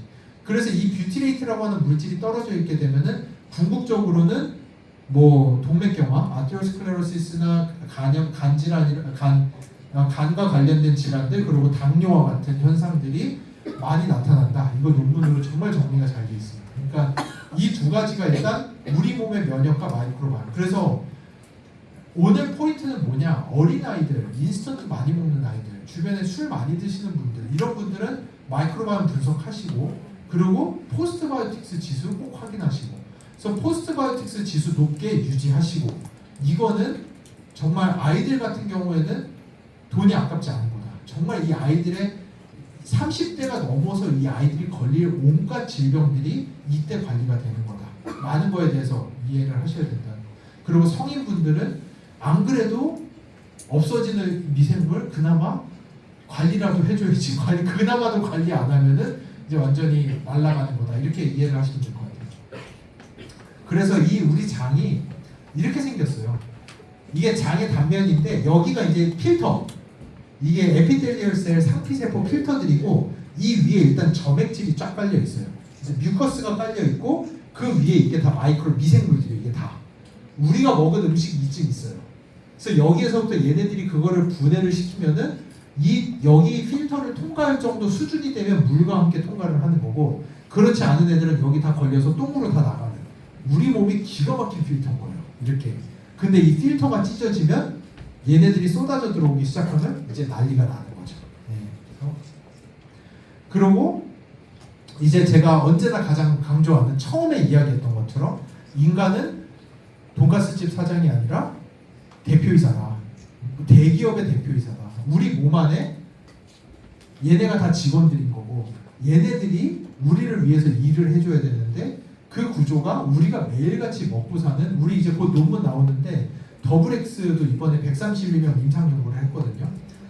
더블엑스를 먹으면은 진짜 기가 막히다고 하는 사람들이 있고, 어떤 사람들은 더블엑스 먹었는데 이거 되게 비싼 거 먹었는데 나는 어떤지 잘 모르겠어라고 하시는 분들이 있으세요. 도대체 이게 왜 그런 거냐? 이번에 131명 임상 연구를 했는데 더블엑스의 문제가 아니라 그분들의 문제예요. 마이크로바이옴에 따라서 더블엑스의 성분이 분해돼서 혈액으로 들어가는 레이트가 완전히 다르다는 걸 알게 됐어요. 더블엑스 안에 있는 키 컴포넌트 18가지가 이 18가지를, 이거는 아메이 되게 싫어할 텐데 이런 얘기하면 되게 싫어하는 것 같은데 그냥 팩트 그대로 말씀드리면 더블엑스 안에 있는 18가지 성분을 다 쓸 수 있는 사람은 1.5% 전체인 거예요. 131명 임상 참여자 중에 2명만이 더블엑스를 100%. 이분들은 가끔 주변에 그런 분들 있죠. 난 더블엑스만 먹으면 진짜 와 몸이, 이런 분들 있죠. 그게 그분들이에요. 131명에 2명, 100명에 한 명꼴로 계세요. 그런 분들이. 근데 그거 외에 100명 중에 35명 정도, 38명 정도, 38명 정도는 13개 이상을 분해를 하세요. 그러니까 더블엑스를 최소한 70% 이상 쓰시는 거예요. 그러니까 이런 분들만 돼도 난 더블엑스 먹으면 되게 좋더라. 이런 얘기가 나오는 거예요. 근데 그 다른 분들은 더블엑스 분해 흡수가 거의 되지 않아요. 그러니까 이런 분들은 더블엑스를 먹는데 다 똥으로 나가는 거예요. 솔직히. 그러니까 이게 얼마나 아까워요. 그 집 변기만 진짜 횡재한 거예요. 진짜 한 달에 몇십만 원씩 먹고 있는 거예요. 변기가. 진짜 이게 진짜 너무 그런 거죠. 근데 그 차이가 다 어디서 오느냐? 저 직원들의 퀄리티에서 다 차이가 나는 거예요. 어떤 직원을 데리고 있느냐에 따라서 나는 브로콜리, 당근, 뭐 그냥 솔직히 얘기해서 그분들은 밥만 먹으면은 그게 약보다 더 좋아요. 그러니까 이분들은 밥 먹고, 근데 우리가 요즘에 먹는 밥이랑 식단이 너무 어그러져 있어요. 옛날 같지 않아요. 그러다 보니까 옛날에는 제가 진짜 옛날 그런 그 어떤 논문에서 우리 인간이 옛날에 먹던 것과 현대에 먹는 것의 가장 큰 차이가 어디 있는지를 이제 구별을 해놓은 게 있는데, 가장 큰 차이가 어디 있냐면 일단은 냉장고예요, 냉장고. 그러니까 옛날에는 음식에 균이 박식을 했어요. 그러니까 그걸 그 많은 음식들이 다 실온에 계속 있었다고 생각을 해보세요. 진짜 균이 박식을 해서 거기에다가 그 옛날에 맨날 약수물 다 먹었잖아요. 약수물이 천연 필터예요. 천연 3필터죠. 흑필터, 천연 필터인데 산에 이제 비가 막 내리면은 그 흙이랑 이 돌들을 통해서 물이 필터링이 다 돼가지고 밑에서 쫄쫄쫄쫄 받아먹으면 이게 깨끗한 물이 돼서 나온다라고 생각을 하지만 그 산에 동물들 똥이 천지로 깔려 있어요. 근데 이 똥 안에 있는 균은 필터가 안 돼요. 똥은 필터가 되는데. 그래서 옛날에 그 약수물들 보면은 균이 엄청 많았어요, 사실은. 그러니까 옛날에는 천연 프로바이오틱스를 매일 드시고 계셨던 거예요. 근데 요즘에 약수물 가보면 다 빨간 딱지 다 붙어 있죠. 그러니까 요즘에는 미생물 분석 기술이 좋아져서 요즘에 찍으면은 다 못 먹는 물이에요. 근데 옛날에도 이게 오염이 돼서 그런 게 아니라 옛날에 그걸 다 먹었어요.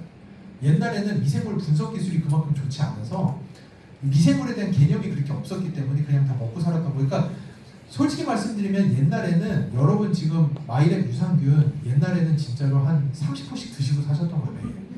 그러니까 여러분 그 진짜 잘 발효된 동치미, 백김치 이런 거 드시면은 그거 한 사발 드시면은 그 안에 미생물 500억 이상 있어요. 한 사발 드시면. 그러니까 그게 ml당 거의 한 1억에서 10억 사이 있거든요. ml당. 그러니까 이거 한 컵이면 300ml잖아요. 그러면 300억이에요, 미생물 그 안에. 그러니까 근데 그 저희 어머니도 맨날 그러시는데, 나는 진짜 너무 맛있는 동치미 먹으면은 이게 가스가 너무 차서 막 그게 너무 당연해요. 왜냐, 맛있는 동치미는 되게 시원하죠. 막 청량감이 있잖아요. 그게 왜 그러냐면 그 안에 있는 미생물들이 CO2를 엄청 많이 만들거든요. 그래서 이게 탄산수소처럼 되는 거예요. 그 안에 CO2가 되게 마이크로 CO2가 있어서 콜라처럼 톡톡 쏘는 건 아니지만 마이크로 CO2가 많다 보니까 되게 시원하게 느껴지는 거예요. 근데 그걸 먹으면 걔네들이 여러분 장소에서 CO2를 엄청 많이 만들죠, 가스를. 그러니까 막 장이 터질 것 같고 그럴 정도로 일단 요즘에 사람들이 장에다 넣는 미생물의 양이 너무 적어요. 너무 현격히 떨어져 있어요. 거기에다가 그 옛날에는 이런 것들을 진짜 진기한 곳에서나 흰 쌀이랑 밀가루 껍데기 다 벗겨가지고 하얗게 만들어서 다 가루내가지고 다 뭉쳐가지고 다 했죠. 그러니까 이렇게 되면은 아까 처음 말씀드린 대로 여러분 소장 2m 통과하기 전에 효소들이 들러붙어서 다 분해할 수 있어요. 왜냐? 파티클 사이즈가 엄청 작잖아요. 밀가루를 내면은. 그럼 효소가 이 주변에 나라라라 붙으면은 이거는 금방 분해가 돼버린단 말이에요. 근데 여러분이 이 밀을 찌지도 않고 이렇게 통으로 먹었다고 생각해, 이만하게. 그럼 효소가 붙어서 껍데기 쪽 한 레이어쯤 했을 때쯤 이미 흡수 끝났고 이제 소장으로 내려가는 거예요. 그럼 나머지는 다 미생물이 먹는 거예요.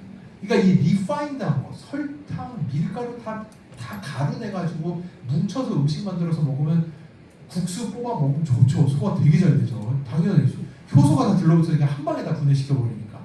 그러니까 옛날에 먹던 거랑 요즘에 먹는 건 차원이 다른 거예요.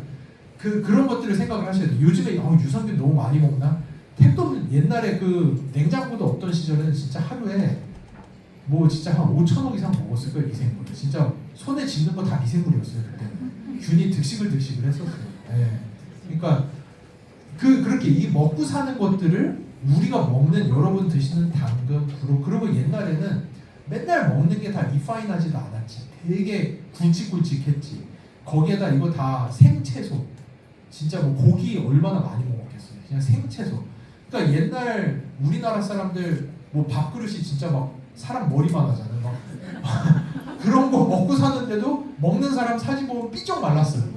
그러니까 왜냐하면은 이 소장 1에서 3m 사이에서 얼마나 분해를 시킬 수 있느냐 못 시키느냐가 되게 큰 관건이 되는데 그거를 다 그렇게 갔던 거예요. 그래서 그 시절에 먹던 그 많은 야채들 이런 것들을 생각을 하시면은 요즘에는 여러분 식사하시면서 더블엑스나 이런 파이터 뉴트리언트 드시는 게 너무 당연한 거예요. 솔직히 얘기하면 이거 진짜 식약처나 이런 데서 좀 되게 싫어하겠지만 옛날이랑은 완전 달라요. 요즘에는 그런 파이터 뉴트리언트, 더블엑스 이렇게 들어있는 천연물들 그리고 유산균 이게 당연히 먹어야 되는 거예요. 옛날에 비하면은 턱없이 부족해요. 우리가 넣어주는 양이. 그래서 이런 것들이 들어왔는데 문제는 뭐냐? 거기서 받아주질 못하니까 얘네들이 그거를 대사체로 만들어서 우리 혈액까지 넣어주지도 못하고 그냥 다 똥으로 나가는 것도 되게 큰 문제라고 할 수가 있죠. 그래서 그러다 보니까 똑같은 걸 먹고 사는데 누구는 반응분, 초록색으로 누구는 다 반응을 해. 그래서 가장 쉬운 예시가 인삼이죠. 옛날부터 동양의학에서는 누구는 인삼발이 받고 누구는 인삼발이 안 받아. 이거 너무 잘 알고 있었어요. 근데 왜인지만 몰랐어요. 근데 최근에 연구 논문이 나왔는데 인삼 안에 있는 진세노사이드라고 하는 물질이 면역 증강 핵심 물질이에요. 근데 얘가 구조가 너무 커요. 그래서 얘가 이 장세포 필터를 통과해서 들어갈 수가 없어요. 근데 이거를 컴파운드 K라고 사이즈를 줄여주는 미생물이 있는 사람은 인삼발이 들어요. 근데 그거를 줄여주는 미생물이 없는 사람은 또다시 그 집 변기가 그 비싼 인삼을 다 먹고 있는 거예요. 딱 그 현상이 나타나요. 그래서 누구는 반응자가 되고 누구는 비반응자가 된다라는 걸 알게 됐고 이거를 마이크로바이옴을 조절을 하고 그러면은 가장 쉬운 거는 그러면은 반응자들이 가지고 있는 미생물을 비반응자한테 넣어주면 되겠네. 너무 쉽다고 생각이 들죠. 이거 하려면은 여기서부터가 일단 엄청난 양의 데이터베이스가 필요한 거예요. 반응자들이 가지고 있는 마이크로바이옴이 도대체 뭔데? 왜 비반응자는 왜 안 되는데? 이런 것들을 아는 그 데이터베이스 자체가 이 모든 일의 원천이 되는 거죠. 예. 그래서 뭐 인삼, 유로리티네이가 요즘에 이제 치매 쪽으로 그러니까 치매가 걸리지 않는 사람들은 뭐가 있냐? 혈액에 유로리티네이가 있는 거예요. 근데 저것도 장내 미생물이 만들어요. 그래서 그 저거를 우리나라 사람들이 만들어내는 비율이 한 40에서 45% 왔다리 갔다리 하더라고요. 그러니까 딱 거의 뭐 치매 인구 비슷한 것 같아요. 그래서 저것을 만들어내는 미생물을 이식하는 프로젝트도 지금 아미랑 하고 있고 에콜, 갱년기가 안 걸리는 여성분들 에콜은 한국인들 임상 연구 해보니까 35% 정도? 35%밖에 못 만드세요. 그러니까 나머지는 갱년기에 엄청 시달리시는 거죠. 그래서 그 갱년기 안 걸리는 분들이 가지고 있는 미생물 이식하는 프로젝트도 지금 아미랑 하고 있어요. 이런 제품 하나하나가 이게 기존의 시장에서 볼 수 없는 제품들인 거예요. 그러니까 이번에 갔는데도 대만에서 엔자임 바이옴 좀 어떻게 우리 못 해주냐고 막 이러면서 그러니까 근데 엔자임 바이옴을 팔려면은 대만은 야 이걸 어떻게 설명하지? 이게 진짜 갈 길이 너무 먼 거예요. 이 미생물의 이식부터 해서 이거 진짜 설명을 막 근데 한국은 너무 이제 명확하잖아요. 마이랩 때부터 해서 마이크로바이옴에 대한 이해도가 너무 높으시니까 엔자임 바이옴 하면은 이 특장점이 뭔지 한 번에 이해를 하시잖아요. 그러니까 엔자임 바이옴 같은 제품들 그런 게 다 이런 구조를 활용을 한 거고 이 많은 케미컬들이 다 결국은 우리 장내 미생물에 의해서 흡수되는 물질로 바뀐다. 근데 제가 이 장표를 꼭 가지고 오는 이유가 뭐냐면 그 가장 핵심적인 요소 중에 하나가 뭐냐면 여러분이 아침에 드시는 굿모닝 하시는 거의 파이토 프로틴 있죠. 그 파이토 프로틴이 아미노산의 복합물이잖아요. 근데 그게 다 아미노산으로 쪼개진 다음에 우리 혈액으로 들어가고자 하는데 가장 큰 문제는 뭐냐? 들어가려면 걔네가 물에 녹아야만 들어가요. 물에 녹지 않은 서스펜전, 가루 형태로는 우리 혈액으로 절대로 들어갈 수가 없어요. 그러면은 그런 거 들어가면은 다 앰뷸런스 타고 병원 가시는 거예요. 다 동맥경 와요. 혈관 다 막히는 거예요. 그러니까 얘네들은 무조건 물에 완전히 녹은 상태로만 우리 혈액으로 돌아가서 돌아다닐 수가 있어요. 근데 여러분들 이런 천연물들 그 굿모닝 파이토 프로틴도 물에다 넣어서 블렌더 돌려서 막 난리를 쳐야지 겨우 서스펜션이 되는 거지 얘네들이 물에 녹은 게 아니에요. 물에 녹은 건 다른 얘기예요. 옛날에 뭐 소금 가지고 실험하셨던 거 기억나세요? 소금을 얼만큼 넣으면 물에 넣고 더 이상 넣기 시작하면 소금이 안 녹고 가라앉기 시작하잖아요. 왜냐? 수소 분자의 양 때문에. 수소 분자가 그 주변에 붙어야 돼요. 그러니까 그게 뭐냐면 여기 예시를 보시면 커큐민 많이 아시죠? 근데 커큐민 아무리 드셔봐야 장내 미생물이 커큐민을 다이하이드로커큐민 다이하이드로가 뭐냐? 다이가 둘이라는 뜻이에요. 하이드로가 수소라는 뜻이에요. 그러니까 미생물이 커큐민 주변에다 수소를 2개 정도 딱 붙여주면 커큐민이 물에 조금 녹아요. 그럼 우리 혈액으로 들어갈 수가 있어요. 근데 그거 해주는 미생물이 없으면 커큐민 다 똥으로 나가는 거예요. 근데 커큐민이 먹으면 되게 좋은 사람들이 있어요. 이런 사람들은 어떤 미생물이 있느냐? 이거를 테트라하이드로 커큐민으로 만들어주는 미생물이 있는 사람들은 테트라는 4라는 뜻이에요. 그러니까 커큐민 주변에 수소를 4개를 붙여놓으면 커큐민의 흡수량이 엄청 좋아지기 시작하는 거예요. 그러니까 그런 사람들은 커큐민 먹으면 바로 반응이 오는 거죠. 그러니까 이런 식으로 이 수소기를 붙여주는 역할이 되게 중요한데 이거는 미생물도 중요하지만 미생물이 이 수소기를 어디서 갖다 쓰냐? 물에서 갖다 써요. 물이 부족하기 시작하면은 30만 직원이 있는데 이 직원들한테 A4 용지 한 장 안 주는 거예요. 아무것도 못해. 하루 종일 아무것도 할 수가 없어요. 물이 없으면. 그러니까 물을 엄청 많이 드셔야 돼요, 사실. 그래서 저는 아침에 이거 예전에 제 굿모닝 레시피 말씀드렸던 것처럼 저는 하루 타겟팅 물 양이 4리터예요. 제 기록을 보면 제가 에버러지가 3.8리터 정도 먹어요. 하루에 물을. 저 아침에 출근하기 전에만 1.2리터 정도 마셔요. 근데 이거 많이 드셔야 돼요. 특히나 여러분 마이랩 같은 거 아시죠? 마이랩을 한다는 것 자체가 미생물들이 이런 거를 하라고 마이랩을 넣어주는 거예요. 얘는 삼력을 하면 다른 균이에요. 마이랩으로 들어오는 균은 우리 장내 미생물이 이거를 하라고 하는 건데 물이 없으면은 얘네들도 아무 일도 못하는 거예요. 그러다 보니까 마이랩 드시면은 변비 걸려요. 이런 분들이 있어요. 물 안 먹어서 그래요. 마이랩 들어갔는데 얘네들이 물을 엄청 끌어쓰기 시작하면은 물이 다 빨리면은 변이 엄청 딱딱해져요. 그러면 이게 바로 변비 걸리고 물 많이 드셔야 돼요. 마이랩 하실 때. 그래서 아침에 굿모닝 하실 때도 저는 제 굿모닝 저 시간 너무 많이 써서 질문 진짜 10분만 할게요. 거의 마무리할게요. 제가 아침에 오늘 아침에도 했거든요. 두유. 근데 두유를 그냥 브랜드 까고 할게요. 저 뭐 거기서 돈 받은 것도 없고 아무것도 없어요. 그러니까 설탕이 안 들어가야 돼요.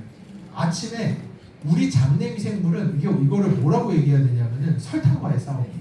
그러니까 설탕이 딱 들어오는 순간 내 30조의 장내 미생물은 그거 하고 싶어요. 다 그냥 그거 하고 싶어요. 그냥 제일 쉬운 거예요. 그래서 나는 설탕 먹고 설탕 젖산으로 바꾸면 너무 편해. 내가 오늘 하루 종일 열일한 것 같은데 주인한테는 하등에 쓸모도 없지만 나는 정말 열일하고 너무 즐거운 하루였어. 이게 설탕이에요. 그러니까 설탕이 없는 원료를 써야 돼서 저희 약콩두유 설탕 진짜 없는 거는 거의 그거밖에 없더라고요. 그래서 그거 한 팩 넣고 거기에다가 근데 물로 할 때도 많아요. 근데 아침에 제가 어제 저녁을 되게 조금 먹었거든요. 배가 고프면은 두유, 배가 안 고프면 물 해가지고 파이토프로틴 한 스쿱 반, 그 초록색 큰 스푼으로 한 스쿱 반 넣고 그리고 거기에다 제 마이랩 2포 까서 넣고 그리고 곰곰 블루베리 15알 곰곰 8,500원짜리 500g 제일 맛있어요. 걔가 제일 맛있어요. 그래서 그거 15알 거기다가 이스트비 2알. 이스트비는 블렌더를 잘 갈려요. 다른 애들은 트라이 하지 마세요. 안 갈려. 잘 안 갈려. 쉽지 않아요. 그래서 이스트비 2알 넣고 제가 빼먹은 거 없나? 아니요. 요즘에 바나나 제가 살 빼려고 바나나 요즘에 바나나 화이버 제가 이것도 진짜 비밀인데 아무나 알면 안 돼. 화이버 쓰세요. 근데 저는 제 마이크로바이옴을 너무 잘 알잖아요. 저는 파이버가 안 맞아요. 네, 저는 그러니까 여기 장표 있나? 이거 넘어가도 이제 될 것 같아서 제가 웬만큼 설명 다 한 것 같아서 여기 이게 사람 장에서 가스가 나오는 그 서식도예요. 장에서 가스가 나오는 서식도인데 단백질이 들어오면은 일단 무조건 가스부터 만들어요. 메탄, 황화수소, CO2, 수소 가스가 엄청나게 만들어져요. 근데 여기에서 넘길 수 있는 사람들은 가스가 정말 잠깐 나오고 바로 아세테이트부터 해서 아까 말씀드린 뷰티레이트까지 쭉 넘어가요. 근데 저는 이쪽은 진짜 특화되어 있거든요. 제 마이크로바이옴이 이쪽이 너무 약해요. 탄수화물을 먹으면 저는 가스가 엄청 많이 나와요. 근데 저는 제가 가진 미생물분들이 여기 넘어가는 미생물이 되게 약해요. 네, 이거는 죄송해요. 이건 나중에 이 제품도 개발할게요. 꼭. 네, 저만 알아서 죄송하지만 그래서 저는 파이버를 잘 안 넣어요. 근데 제가 넣는 파이버가 있어요. 근데 이거 얘기하면 진짜 싫어할 것 같은데 이거는 암에 없는 제품이라서 네, 저는 저한테 듣는 파이버류는 약간 그 마카 계열 있죠. 네, 그 구조가 있어요. 마카 계열들이 가지고 있는 구조가 있는데 그거는 먹으면 제가 가스가 안 나요. 그래서 저는 마카를 넣어요. 마카도 찾아보시면 가루 마카가 있어요. 알약 마카는 안 달려요. 가루 마카가 몇 종류 없는데 그거 드시라는 거 절대 안 해요. 저 그 회사를 아무 관련 없고 여러분들은 마카 계열이 안 맞을 수도 있어요. 그러니까 저는 그거를 넣고 그렇게 해가지고 갈아가지고 그거를 쭉 먹고 그러면 벌써 아침에 500ml 그리고 거기에다가 물 300ml 해가지고 흔들어가지고 그거랑 같이 더블엑스랑 오메가3랑 쭉 다 해가지고 아침에 먹고 그러고 나서 커피 먹으면은 커피만큼 물 더 먹고 이렇게 해가지고 저는 거의 아침에 1.2리터 채우고 나가거든요. 제가 우리나라에 출시를 안 해가지고 제가 되게 좋아하는 저한테 되게 잘 받는 파이버류 중에 하나가 제가 모르는 걸 수도 있어요. 전 ABO가 아니라서 제가 모르는데 그 퍼플 캐럿 유 있어요. 이번에 대만 갔더니 대만에도 그건 출시를 했더라고요. 퍼플 캐럿 유는 아메이 뉴트리팜에서 나오는 건데 제가 다른 나라를 많이 다다 보니까 아메이에서 이거 한국에 없는 거야 하면서 저한테 막 주는 제품들이 있거든요. 그중에 그거는 되게 잘 맞아요. 그러니까 파이버류가 사람마다 되게 좀 복불복이 있어요. 분해가 되는 게. 네, 그래서 저는 그렇습니다. 아무튼 그래서 아침에 겉모닝을 그렇게 하시잖아요. 물을 충분히 먹고 아침에 겉모닝을 그렇게 넣어가지고 내 장내 미생물을 이 직원들을 하드 트레이닝 시키는 거예요. 얘네들을 진짜 빡세게 일할 수밖에 없는 물질을 아침에 다 내주는 거예요. 그럼 얘네들은 그냥 조금 설렁설렁 와서 그냥 8시간만 대충 때우고 락테이트나 좀 만들어서 내가 뭐 하는 척이나 하다가 집에 가고 싶은 게 다 장내 미생물인데 저는 그거를 못 보는 거죠.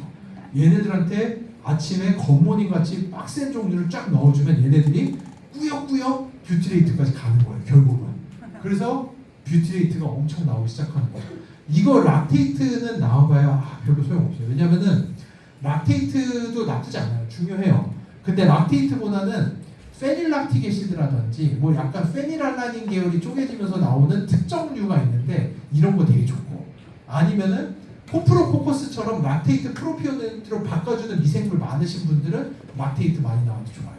프로피오네이트 많이 나오면은 요즘에 그 GLP-1 약이랑 되게 비슷한 효과 나오기 시작하거든요. 그런데 저는 일단 이쪽이 퍼펙트해요. 저는 이쪽이 완전히 이승분이에요. 그래서 아메이가 지금 하고 있는 거는 이 마이랩이라고 하는 솔루션을 통해서 전반적 반응도를 개선하는 거, 전반적 반응도를 개선하는 이 제품조차도 정말 혁신적인 제품이에요. 전 세계에서 미생물 관련된 1세대, 2세대, 3세대 기술을 다 접목해서 쓰는 가장 혁신적인 제품인데 여기서 만들어지는 이제 곧 10만 건입니다. 8만 건을 넘어갔어요, DB가. 이 어마무시한 진짜 이제 미국 국립보건은 3배 됐어요, 3배. DB가. 이 엄청난 DB 안에서 반응자들을 가려내는 거죠, 저희가. 아까 말씀드린 대로 이 반응자들이 특이적으로 가진 미생물들을 추려내기 시작했고 처음 나온 게 엔자임 바이옴이라는 제품. 엔자임 바이옴은 저 같은 이 파이토프로틴 리스폰더가 가지고 있는 미생물을 뽑아내서 이 가스가 안 나오고 단백질이 바로 흡수되는 이 가스가 뭐가 문제냐면은 뭐 나는 괜찮아 좀 내 장 불편하면 되지 이러실 수가 있는데 이제는 그 비싼 파이토프로틴과 아침에 드신 모든 겉모닝이 여러분의 변기가 먹는 문제를 넘어서 여러분이 지구온난화에 일조를 하시는 거예요. 그걸 드시고 온실가스만 다 만들고 몸으로 흡수는 1도 못하는 이게 다 온실가스거든요. 그러니까 그런 상황이 되는 거죠. 그러니까 그거를 이제 넘어가게끔 해주는 게 엔자임 바이옴이라는 거예요. 그래서 엔자임 바이옴을 저희가 20701이라는 미생물을 찾았고 저희가 이 소이빈이 아메이 파이토프로틴이에요. 소이빈에다가 아무것도 안 넣었을 때 20701만 넣었더니 분해 흡수율이 3.6배가 증가했어요. 360%가. 근데 이거를 최적화하기 위해서 효소를 붙였더니 4.5배가 증가하는 걸 보고 아메이랑 같이 특허내고 출시한 제품이 이 엔자임 바이옴이라는 제품이에요. 그러니까 대만에서도 이거 엔자임 바이옴 좀 어떻게 좀 우리 좀 안 되냐고 막 제품 가져가고 싶다고 하는데 제가 아직 대만 시장에는 너무 어렵다 제품이. 이거를 어떻게 ABO들에게 설명을 해야 될지도 모르겠다. 그런 약간 그런 문제가 있지만 그러다 보니까 다른 회사에서 따라할 수 없는 제품들이 아메이에 나오기 시작하는 거죠. 이 데이터베이스를 활용해서 지금 저희가 에콜 생성, 갱년기, 유로리틴 생성, 뇌기능, 근육기능, 가바 생성, 수면, 안정 이런 것들 지금 다 준비하고 있어요. 이거는 세계 어느 회사에서도 낼 수 없는 제품들을 아메이에서 지금 다 준비를 하고 있습니다. 그래서 마지막으로 저 시간 진짜 다 써버렸는데 질문 2개는 하고 갈게요. 제가 4시까지 어디 요 근처 어디 가서 미팅이 있기는 한데 지금 이 세상에 어떤 제가 처음에 말씀드린 그 세상의 변화랑 더해서 제가 이번에 인스파에서 했던 얘기인데 들으신 분들 꽤 있으실 거예요. 진짜 15년 전만 해도 MBC랑 유튜브랑 놓고 보면은 말도 안 될 정도로 유튜브는 작은 회사였어요. 그때 그냥 구글에 인수합병되면서 그럴 정도로 저 당시에 제 친구들이 뭐 유튜브에다가 내겠다고 뭐 UCC 컨테스트에서 UCC 같은 거 만드는 거 보면은 진짜 쓰레기 같았거든요. 그래서 야 이딴 걸 진짜 누가 본다고 니들 인생 낭비하고 있냐 이러면서 이거 무한도전 여명의 눈동자 이런 거 봐야지 누가 이딴 거 쓰레기 같은 거 누가 보고 있냐 이러던 시절이 얼마 안 됐어요. 근데 요즘에는 아무도 TV 안 보고 다 유튜브밖에 안 보는 시대예요. 쿠팡 처음 나왔을 때 신동빈 회장이 저거 내년에 망한다고 바보 같은 놈이라고. 이마트 아유 웃기고 있네. 쟤네가 뭘 이번 작년에 신세계 백화점 이마트 다 합친 매출 31조에 쿠팡이 40조였어. 쿠팡이 우리나라 생태계를 완전히 다 잡아먹어버릴 정도. 이런 변화의 시절을 여러분은 살고 계세요. 여기에서 개구리 삶아 죽듯이 그래 이러고 가시면 안 되는 거고 이 변화의 시절이 여러분 앞에 있다는 걸 여러분들이 보셔야 돼요. 근데 여기에서 아직 터지지 않은 엄청난 변화가 하나 남은 게 헬스케어와 데이터베이스의 융합점이 아직 안 나왔어요. 여기는 쉬워요. 왜냐? 사람들이 뭐 보는지, 뭐 좋아하는지 이런 데이터베이스는 제일 쉬운 것 중에 하나예요. 이거는 그냥 아무 데서나 다 긁어올 수 있는 데이터베이스고 두 번째, 사람들 회원카드 만들어서 뭐 사고 뭐 쓰는지 보는 데이터베이스 너무 쉬워요. 그러니까 여기가 먼저 터진 거예요. 근데 사람들이 헬스케어에 있어서는 아직 데이터베이스가 거의 만들어지지 못했어요. 이게 저 5분만 더 해도 되나요? 시계가 근데 저 이거 보면서 했는데 저거 보니까 이미 반을 넘었는데 넘었어요? 35분만 이게 제가 이것도 예시 들었는데 요즘에 제가 TV 보면은 TV 리모컨 들고 리모컨 돌리는데 30분 보는데 30분이에요. 내가 진짜 뭐 봐야 될지 모르겠어. 계속 채널만 돌리고 있어요. 계속 OTT 틀었다 껐다 이러면서 이것만 돌리고 있는데 내가 뭐 봐야 될지 모르는 거야. 이게 사람들의 가장 큰 문제예요. 사람들은 돈을 써요 다. 근데 어디다 쓰느냐? 내가 원하는 데 써요. 근데 문제는 뭐냐? 내가 원하는 게 뭔지를 모르는 게 가장 큰 문제인 거예요. 근데 내가 유튜브는 꺼내서 열면은 이걸 끊는 게 문제인 거지. 유튜브 보고 내가 한 번도 실망해 본 적 없어. 내가 유튜브를 보면서 볼 거 없다고 느껴본 적은 단 한순간도 없어요. 얘는 내가 뭐 봐야 되는지 나보다 더 잘 알아요. 넘기면 계속 나와 계속. 내가 봐야 되는 게. 이게 데이터베이스의 힘이에요. 근데 헬스케어에 있어서는 이건 더 어려운 문제가 돼요.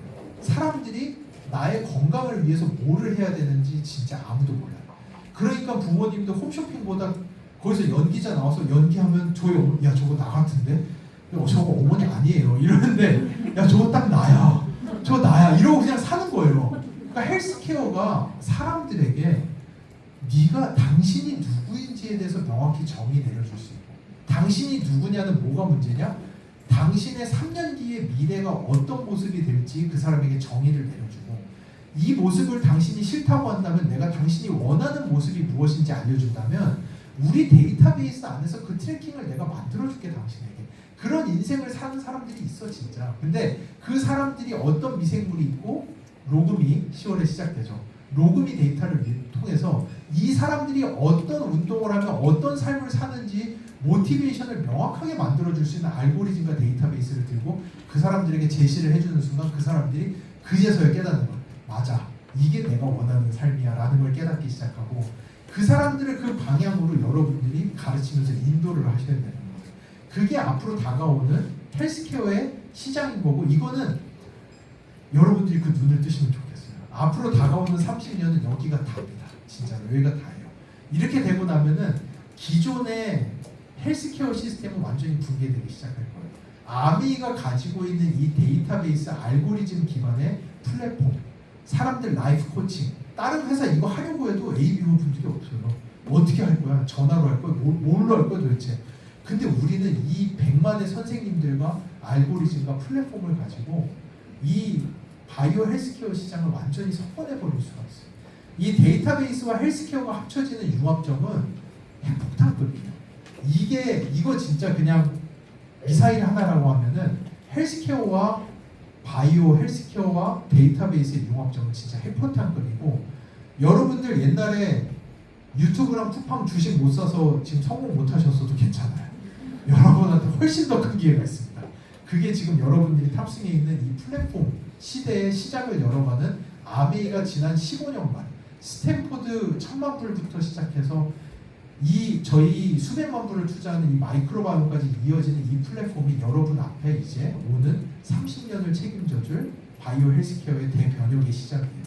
여기를 같이 갈 수 있으면 좋겠습니다. 네, 감사합니다.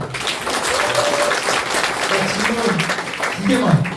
저도 사실 저기 뭐 청주공항로에 있는 투썸 플레이스에서 4시에 지금 다른서 대표님 만나기로 약속이 돼 있어서 여기서 10분 걸리더라고요. 그래서 저도 빨리 가긴 해야 되는데, 네. 마이크로바이옴이랑 다이어트 상관관계에 대해서 알고 싶어요. 이거 되게 좋은 질문인데, 우리 장내미생물들이 많은 거를 분해해서 넣어준다라고만 생각을 하시는데, 얘네들이 분해해서 넣어줘서 살이 찌는 게 아니에요. 얘네들 중에는 우리의 에너지를 훔쳐먹는 애들이 되게 많아요. 대표적인 예가 뭐냐면 아커만시아라는 미생물, 피칼리박테리움이라는 미생물인데, 얘네는 뭐를 하냐면은 우리 장의 점액질을 먹고 살아요. 그러다 보니까 점액질을 먹으면서 저희 장세포한테 시그널을 줘요. 그럼 우리 장세포가 점액질을 더 만들어. 근데 이 점액질의 원료가 뭐냐? 글라이코프로틴, 단백질이에요. 당이랑 단백질. 그러니까 우리 몸의 가장 필수 영양소가 우리 점액으로 매일 만들어지는 건데, 이거를 미생물들이 매일 훔쳐먹고 있어요. 그러다 보니까 이 아커만시아랑 피칼리박테리움 같은 애들을 저희가 증가시키기 시작하잖아요. 그러면 에너지를 얘네들한테 엄청 빨리기 시작하는 거예요. 얘네들이 뺏어먹는 거죠. 이런 것들도 다이어트랑 되게 관련이 많이 되어 있고요. 두 번째, 아까 살짝 말씀드린 뷰티레이트라고 하는 물질이 저희 인간 몸의 비밀 중에 하나가 뭐냐면은, 야, 우리는 먹고 사는데 콜라를 한 잔 쭉 마시면은 혈당이 쭉 올라가잖아요. 당 스파이크가 쫙 올라갔을 때 그 당을 지방으로 갖다 쌓지 않고 간이랑 근육으로 가져가서 글라이코겐으로 만들어서 써버리잖아요. 훨씬 좋아요. 콜라가 약이야. 그러면 콜라 먹으면 근육도 증가하고 간도 건강해지고 되게 좋은데, 가장 큰 문제는 뭐냐? 왜 이놈의 당을 자꾸 지방으로 갖다 쌓느냐는 거예요. 우리 몸이. 그거를 최근에 연구를 했고, 그 결론이 어디서 나왔느냐? GPR43이라고 하는 리셉터를 자극이 되면은 가장 좋은 건데, 그 자극체가 뷰티레이트예요. 뷰티레이트의 양이 늘어나기 시작하면은 아무리 먹어도 혈당 스파이크를 찍어도 그 영양소가 간이랑 근육으로 가요. 지방으로 쌓이지 않아요.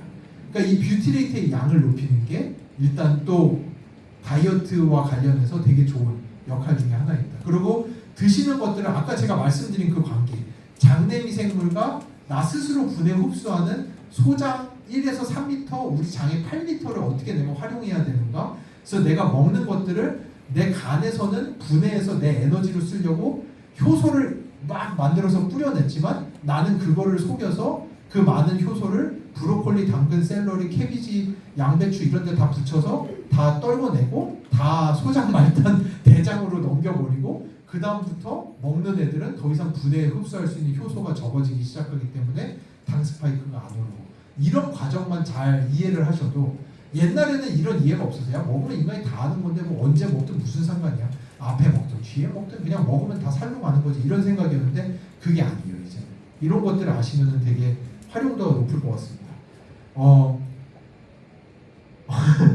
똥을 못 싸면 정말 똥독이 오르나요? 정말 진짜 스트레이트포워드한 질문. 이건 너무 중독성 있어서 이건 답을 안 할 수가 없어요. 이게 여러분, 그 똥이라고 하는 게 똥의 반이 미생물이에요. 그리고 거의 나머지 반이 물이에요. 그러니까 반의 반을 따지고 나면은 여러분이, 그러니까 사람들마다 똥에 대한 이미지가 다 달라요. 아세요? 그러니까 저희는 8만 명의 설문을 받아봤잖아요. 그러다 보니까 8만 명의 설문과 함께 저희는 그분들의 실제 똥을 받아봤잖아요. 근데 여러분의 개인에 대한 정보는 1도 몰라요. 왜냐하면 이게 아메이랑 완전히 분리돼 있어요. 그래서 이게 어떤 사람의 똥인지는 아무것도 몰라요. 근데 그 설문의 답변이랑 똥만 알아요. 근데 그렇게 보면은 저희는 이걸 보면서, 야, 이분은 진짜 건강하다, 되게 좋다. 변 상태가 진짜 좋다라고 했는데 설문 보면 저는 장이 정말 안 좋고요. 저는 변을 뭐 일주일에 한 번밖에 못 보고요. 뭐 저는 뭐 다 이런 식으로 야 이게 진짜 맞나 이런데 어떤 분은 변을 보면 야 이건 진짜 병원 가야 될 것 같은데 이런데 설문이 저 너무 건강하고요. 저는 배변 건강은 진짜 저는 자부합니다. 막 이러면서 이게 사람들의 주관이 너무 달라요 다. 여러분 스스로 똥 다 그린 다음에 서로 비교해 보면 되게 놀라실걸요. 각자가 생각하는 똥의 모습이 다 너무 달라요.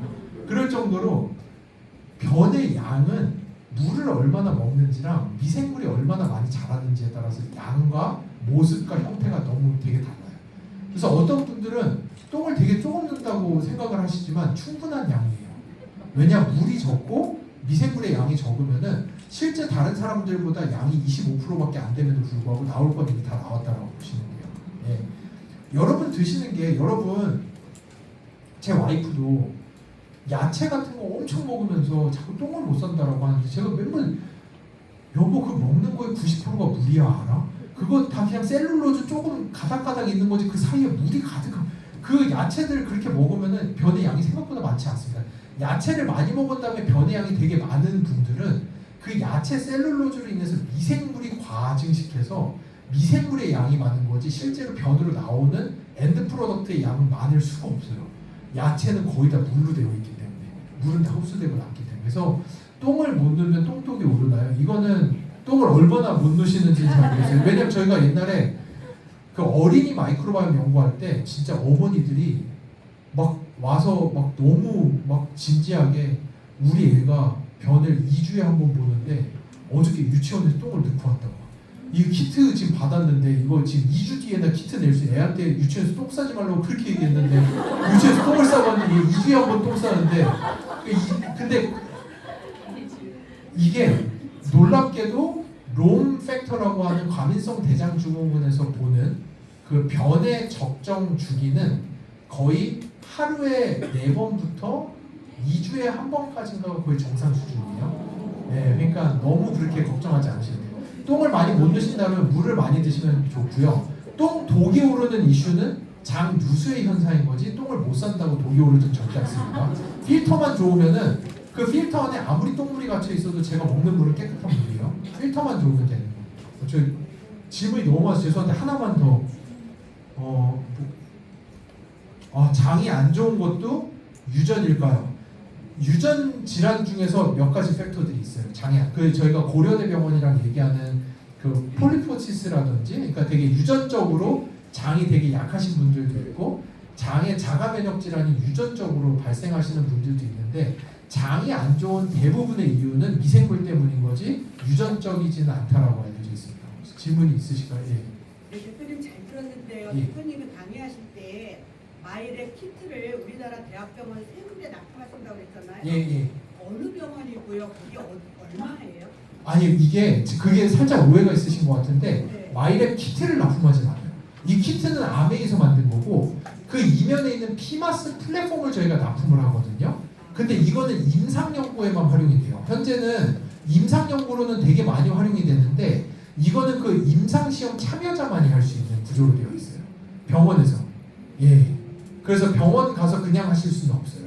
그 특정 임상 연구에 참여를 해야지만 할 수 있어요. 예, 그렇게 돼 있어요. 예, 감사합니다.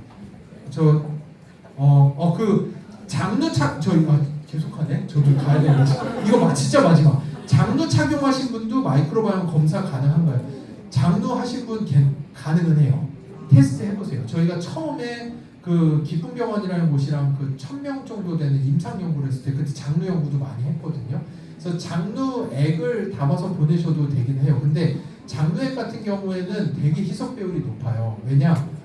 이게 근데 요즘에는 그 로우 안테리어 저이전방 절제술이라고 해가지고 보통 다시 항문으로 연결을 많이 하는데 그게 그 저이전방 절제술을 못한 상태로 장루를 할 수밖에 없는 케이스들도 간혹 있거든요. 그런 케이스에서 장루가 있으시다고 하면은 양을 좀 많이 보내시면 좋을 것 같아요. 왜냐하면 그 장루에 있는 많은 양의 물이 대장에서 흡수가 되면서 그게 변이 딱딱해지는 형상을 지난 다음에 저희 배출이 되는 거라서 농도가 많이 달라요. 장루에 있는 양은 되게 희석이 많이 되기 때문에 양만 좀 많이 해서 보내주시면 될 것 같습니다. 네. 오늘 여기까지 하겠습니다. 감사합니다.